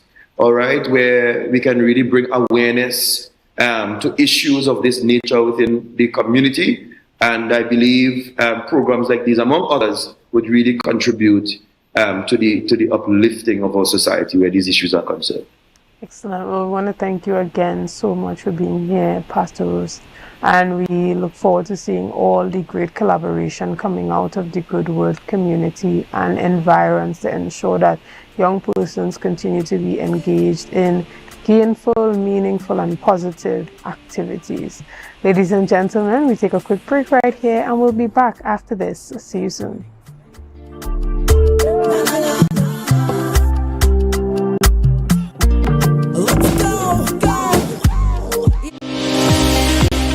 Early prostate cancer has absolutely no signs or symptoms, and that's why we strongly push the men once a year, get out there and get screened with a digital rectal examination and a PSA, prostate-specific antigen, a blood test.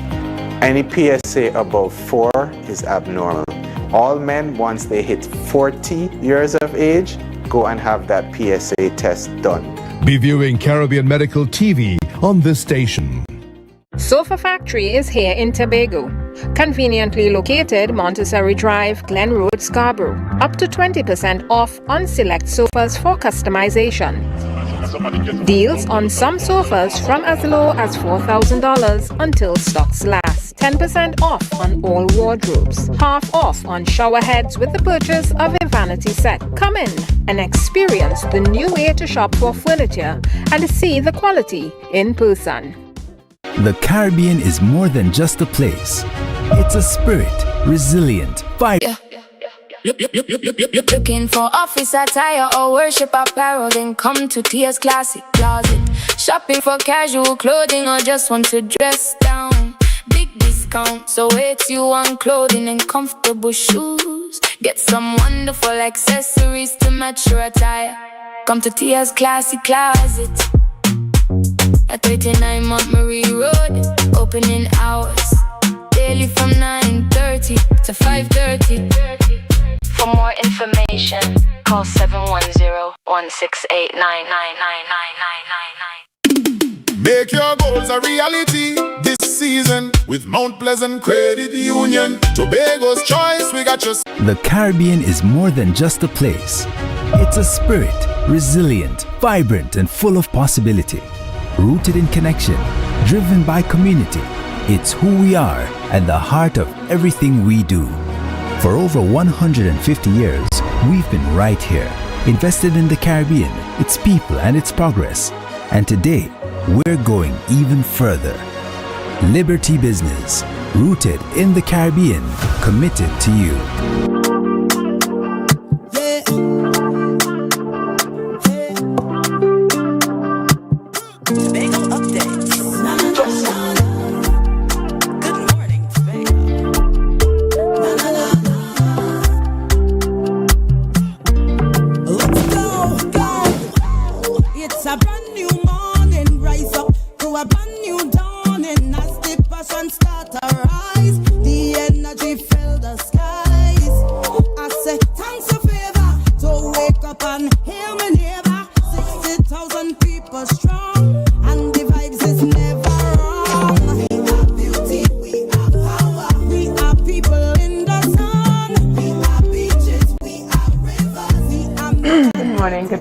Welcome back to Good Morning Tobago right here on Tobago Updates. Ladies and gentlemen, we continue our discussions this morning and I have the privilege of sitting and chatting right here in studio with one of the event promoters, Miss Nicole Samuel, for Express, Connect, Inspire, Voices Unleashed, the open mic event. Good morning and welcome. Good morning.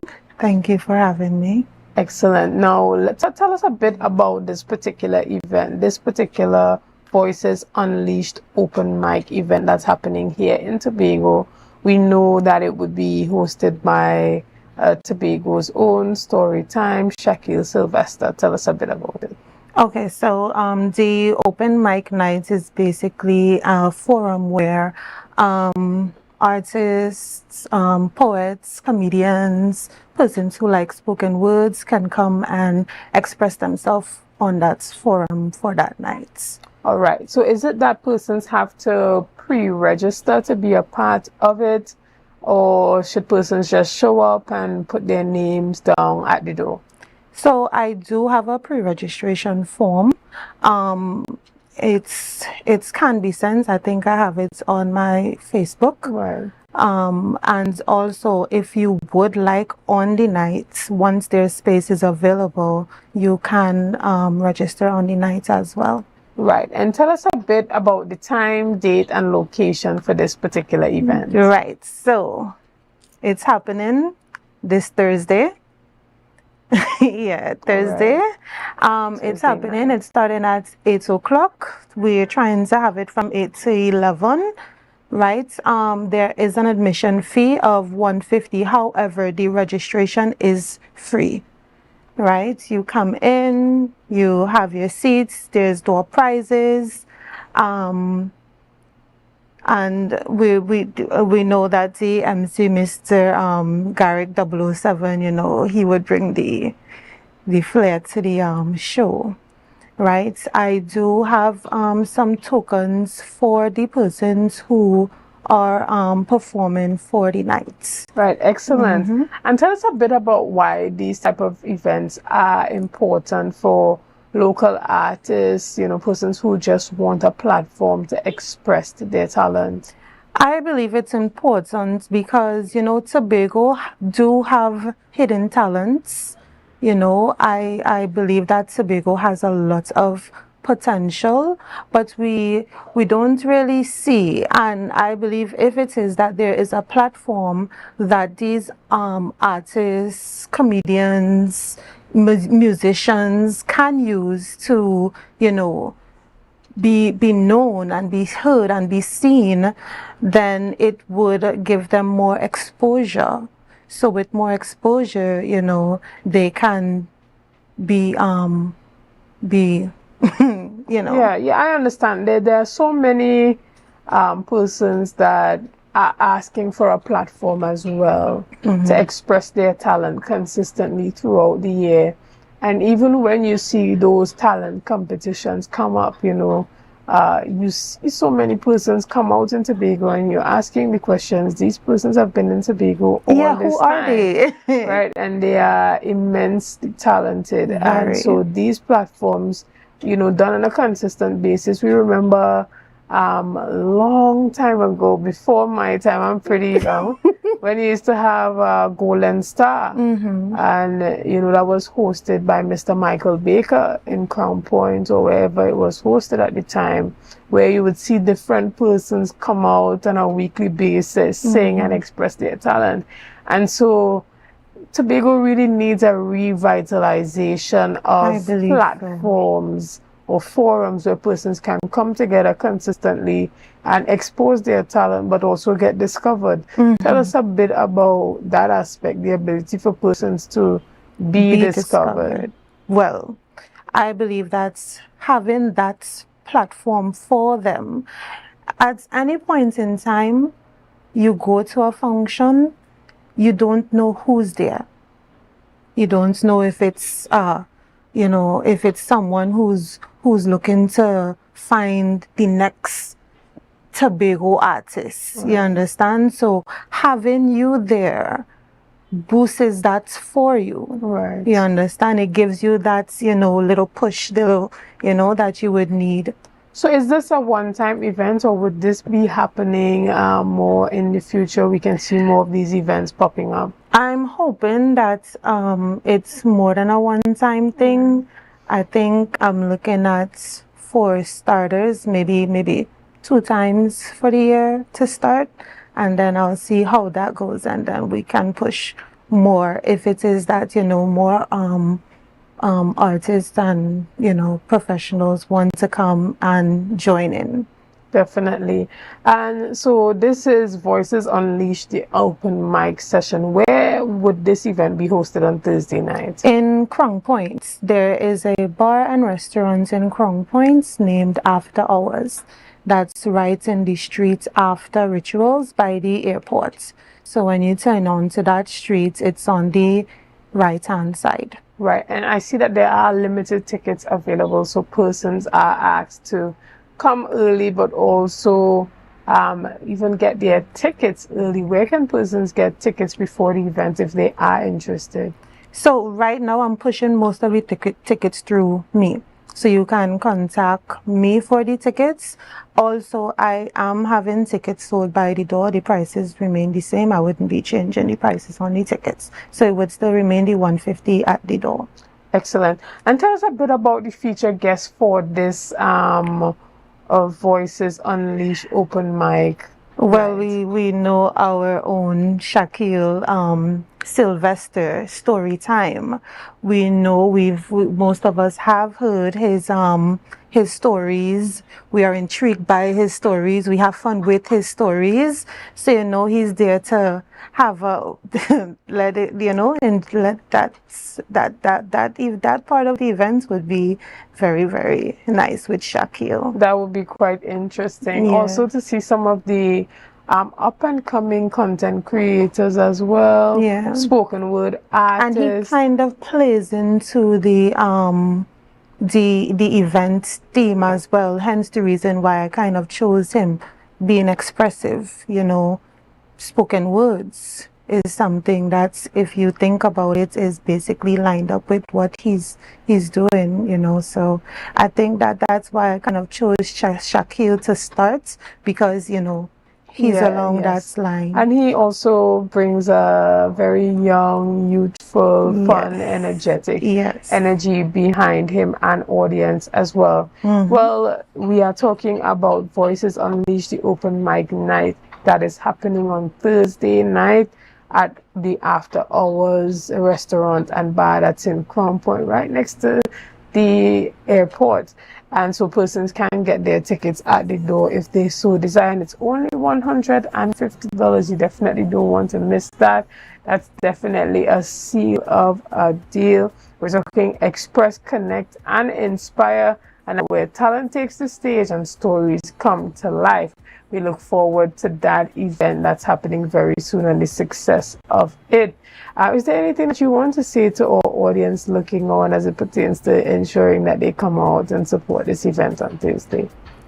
To be honest, I want to say something more to the artists and the comedians. I believe that this platform is really the platform that I would love to see you guys come to and express yourselves and connect with other persons, to be seen, to be heard.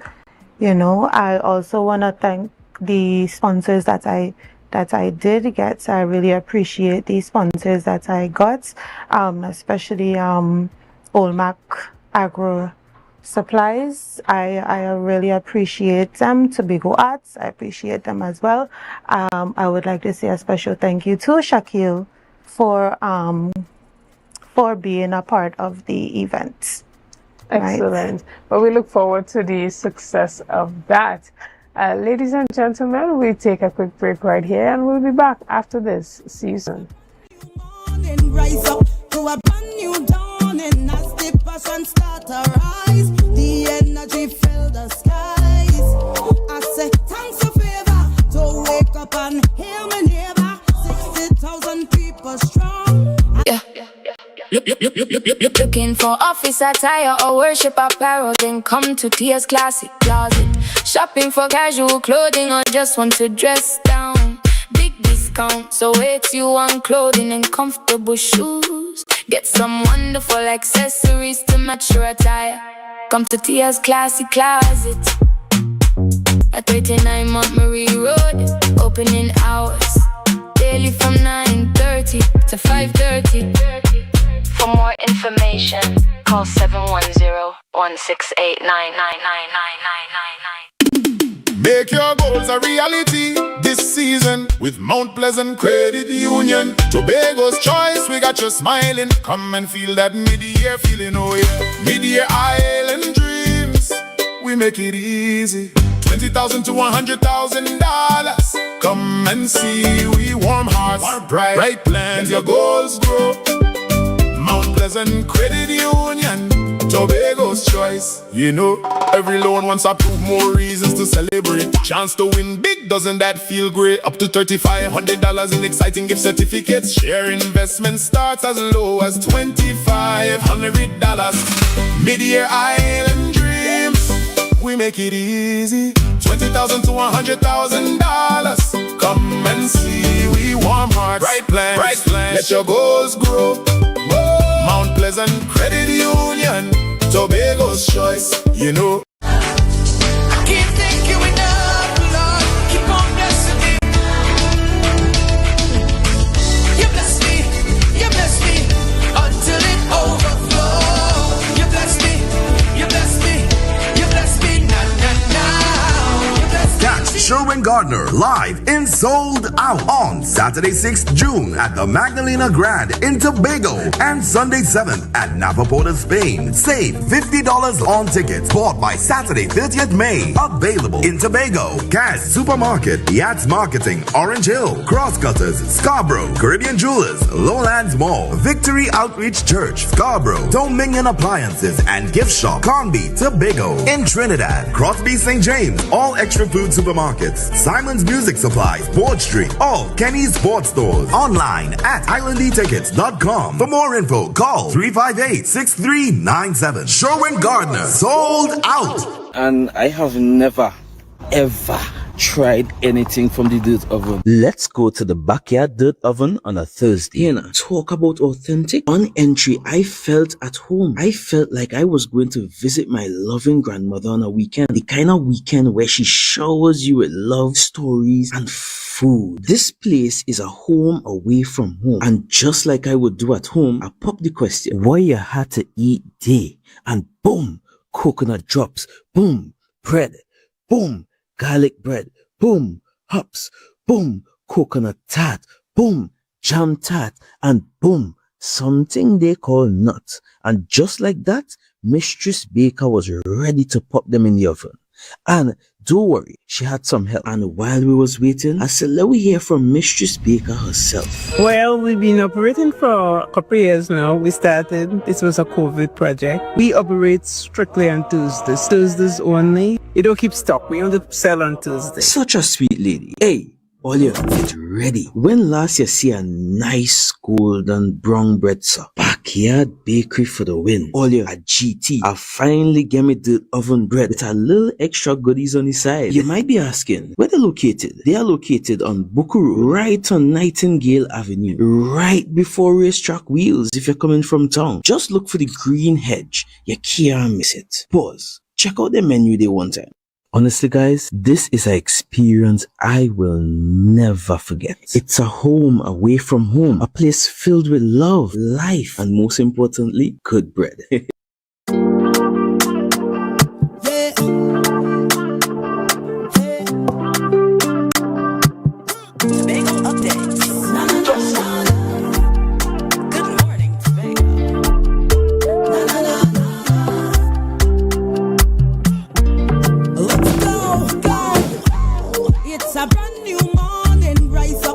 A brand new dawning as the passion start to rise. The energy fill the skies.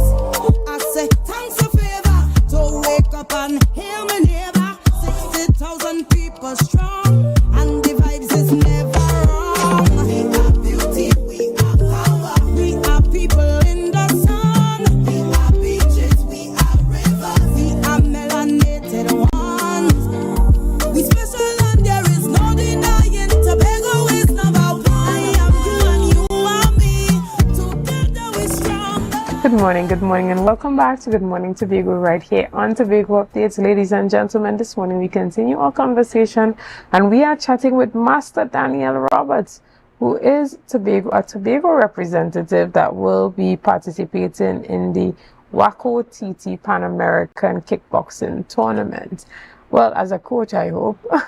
Are you going to be out there kickboxing as well? I'm not going to be kickboxing. I'm just the coach, okay? Right. Good morning to you. Tell us a bit about the art this evening. For those persons like myself that Not very familiar with the art of the sport. Okay, well, good morning to Tobago and the wider community. Karate or martial arts, there's several different art forms that fall under martial arts, whether taekwondo, boxing, kickboxing, they're all under the judo, yes, all the art form of martial arts. But then there are styles that are identified like Shotokan karate. That's a style, that's a system. Okay. All right. I mean, it's according to you, the individual. You know, you probably could check around and see what will suit you best. You know, according to what type of tempo, because you still have styles for persons over 50. Right, you might go to Tai Chi or Sofa styles. Yeah, I like that one. And right, and then you have system, maybe if it's a police officer, security, or if you work as a safety officer in the school system and that type of stuff. There's also techniques that you can learn to defend yourself, and of course there's self-defense women and so on. But what we are here this morning to speak about is sports martial arts that comes through WACO. WACO is the official representative for sports martial arts. And when you say sports martial arts, there's several different disciplines under the sports martial arts. There's forms, that's when you do all the movements and that type of stuff. Then there's musical forms, there's weapons. Then you go to the katami where you have ring sports. There's mat sports, then it goes all the way up to ring. All right.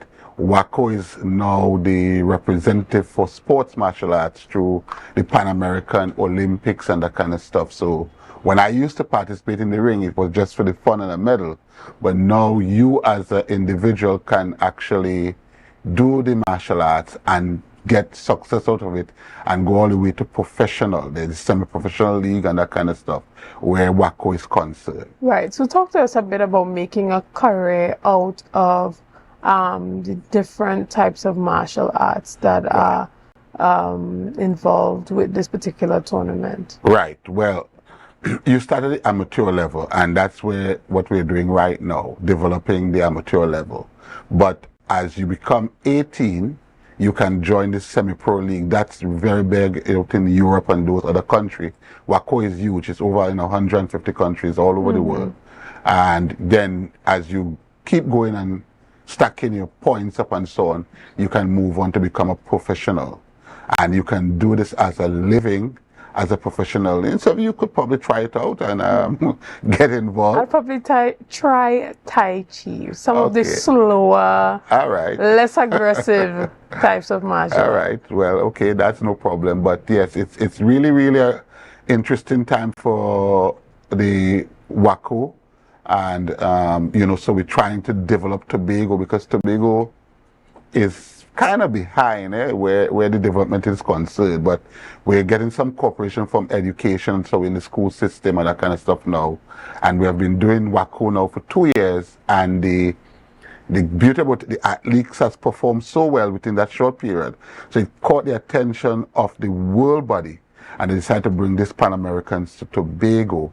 And so Tobago at least has an opportunity of competing at the highest level right here on the home soil. Right. Tell us a bit about this particular tournament. What are the times, the dates, how many Tobagonians are participating?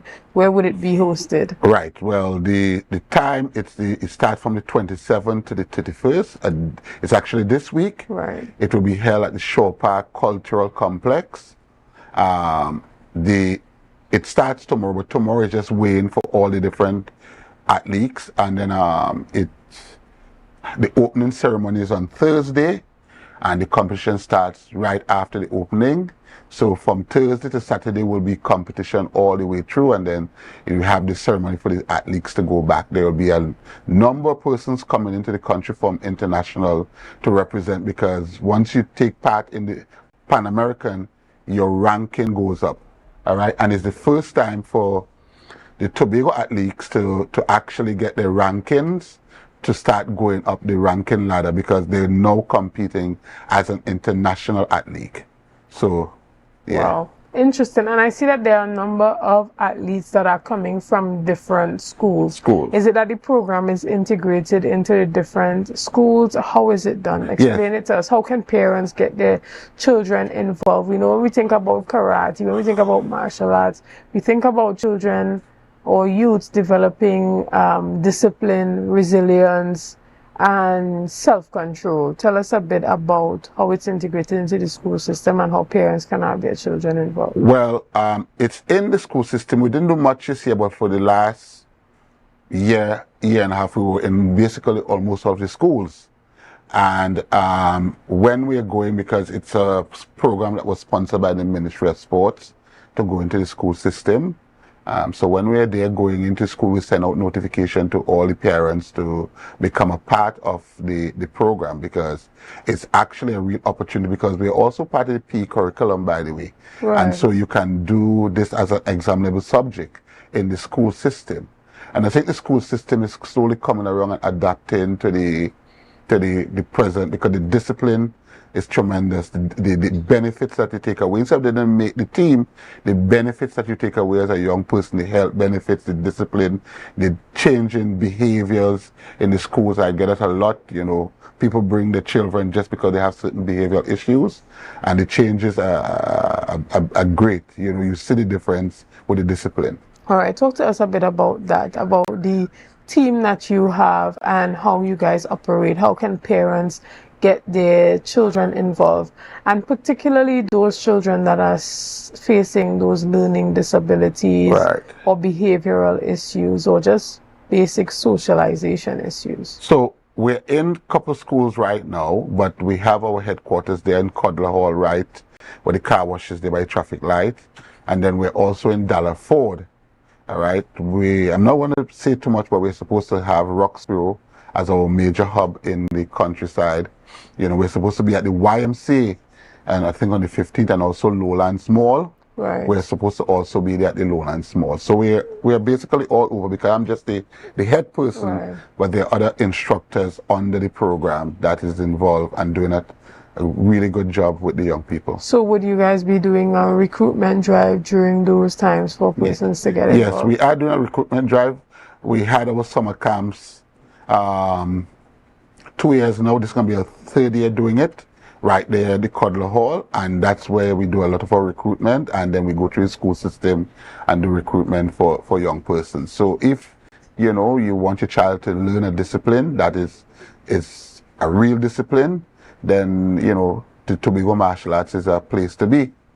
Excellent. Yes. And tell us again about the tournament that's starting tomorrow. Well, the tournament starts tomorrow. Tomorrow is the weigh-in at the Shaw Park Cultural Complex, and we are going to have a number of different athletes coming here to Tobago to compete against some of our top students on the island. So we need you to come out and give your support, because this can actually be something as that sports. They have the diving competition in Charlottesville, because it's international competitors, and as this grow, you will see a number of international competitors coming here, because this is not going to be the first time we're going to have it.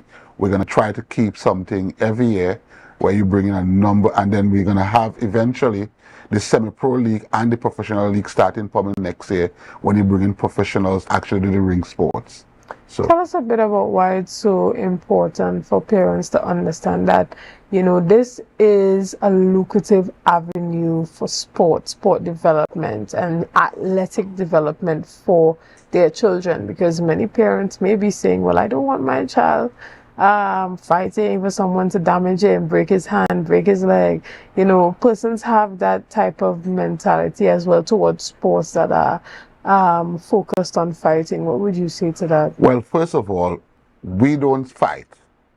It's a whole different thing, because when you get in there, because when you join the military, it teaches you some level, because all of that is combat. But the discipline does not encourage you to fight. And we're one of the safest sports, you know, we don't see plenty injuries. If you check the hospital must never see somebody come there from karate with a broken hand. But I see plenty of children come from football and all kind of stuff with more parts break up. So what I'm saying is that martial arts is well controlled. The coaches are professional, and for instance, you don't go up against somebody who is a higher level than you. It goes by levels. That's why the belts are there, to separate the levels, so you could actually feel safe bringing your child to join something, and if the benefits, and if they stay and they're doing good, hey, it don't matter if you do football, cricket, wherever, you could win a gold medal for Tobago in a different field. So what other tournaments usually happen that these students participate in? Okay, well, we have a number of WACO local tournaments we participate throughout the year, and we have had success where right now we have the national champion in the men category, that's Ian Clark, and we have also in women, so we have some national champions here in Tobago already. You know, we do have those records. We're supposed to defend sometime this year, December. So we do, and it's a stiff competition. So the Tobago Athletes Affair, where we have the pedigree to do it, and it's just for you to get in mindset to come out and do it. But Tobago don't have an advantage of the pedigree, because you know what they ask us to do in this tournament? Make sure our students, because we dominate fight, make sure students are ready to fight, because that is what they're hoping we do well in, and they're expecting us to do well in the fighting categories. So we have the pedigree. Understood. And you know, what do you say to the persons looking on who have thought about enrolling their children into karate? What would you say to them this morning? Call us. I could give a number. Call the number and come and take a tryout class. All right, you can call 678-3670. The number is 678-3670. So you don't have to come and do it. You can come and try it and see if it's something that you want to do. Okay. And then you can make a decision from there. All right. And I know you said that it's in schools. So when it's in schools, is it free? And if persons come to the club directly, what's the fee and from how old? Well, it's according to what you sign for within the club. So it's different. It ranges differently. But the school wants, because I'm seeing that sports here in Tobago also want to adapt the program. So I'm believing again, because we did some free ones through the ministry there in Trinidad. It's basically free when you come to the school program once sports or somebody adapt the program, or some corporate sponsor want to have it in the school, because it's going to save us, because at least we're having all this gang violence and gun and drugs, and it's a way of a deterrent in the school system to work with the young people. Because when we go in there and those children that we have do something, they don't want to talk to sensei or the instructors, because they have that level of respect for us. They grow a level of respect. Parents complain to us, you know, things might happen, they'll come and say this happened, and they don't want that to happen, because there's, like, you know, little consequences you have to deal with when you do certain things in the martial arts. Right. Okay. Understood. And so how old, from what age do students usually come and start karate? Usually from 4 and as old as you feel. So if you're 100, you could come in, but you start from 4. But the competitive side is like about from 4 to about 30, because after that you can't really compete at that level. So if they're competing at 4, then you bring them in at about 3 for them to get their feet wet. They could start with the first 3-4 months. They start knowing little things, because it'll be little things they do, and you start getting them accustomed to the ring and the competition and so on, and they grow up doing it. Excellent. 3 years old, that probably sound like something there. 3 years old, they could come at 3, but you can't pressure them too much. The attention span is short, and sometimes if you had to put out money, you might say, well, now let me wait until the attention span is a little longer. So that's the reason why. Not that they can't do it, it's just the attention span might not be coping, that they might start doing the next day, they want to run and go and play. And Understood. Excellent. Well, just remind persons of the tournament that's happening, the time, the date, the activities, and some of the young persons that are participating in this tournament as we close our discussion this morning. All right. So it's from the 27th to the 31st this month. It starts tomorrow. Tomorrow is weighing. It's at the Shore Park Cultural Complex. All right. We have 20 athletes from Tobago, from various schools throughout the island of Tobago, representing the school and Tobago alike. So we say come out and support. You can call the number that I give, and you can get your tickets. And if you're school-age child, it's free for any school-age child. Once you're school-age, it is free for you to come in. Students would be there as well, the school, supporting their schools. Yes, the school will send some student out. And if we didn't contact your school, you can contact us, and we will definitely give the tickets for any students that want to come and see it. Excellent. Yes. Well, we want to thank you so much And for thank you. being here. Ladies and gentlemen, this is where we end our discussion this morning. We want to thank you so much for your likes, your shares, and your comments, and all that you have been doing and continue to do to make Tobago Updates the #1 broadcaster here on the island of Tobago. Again, I am Chanel Felix, and have a great day. Melanated one.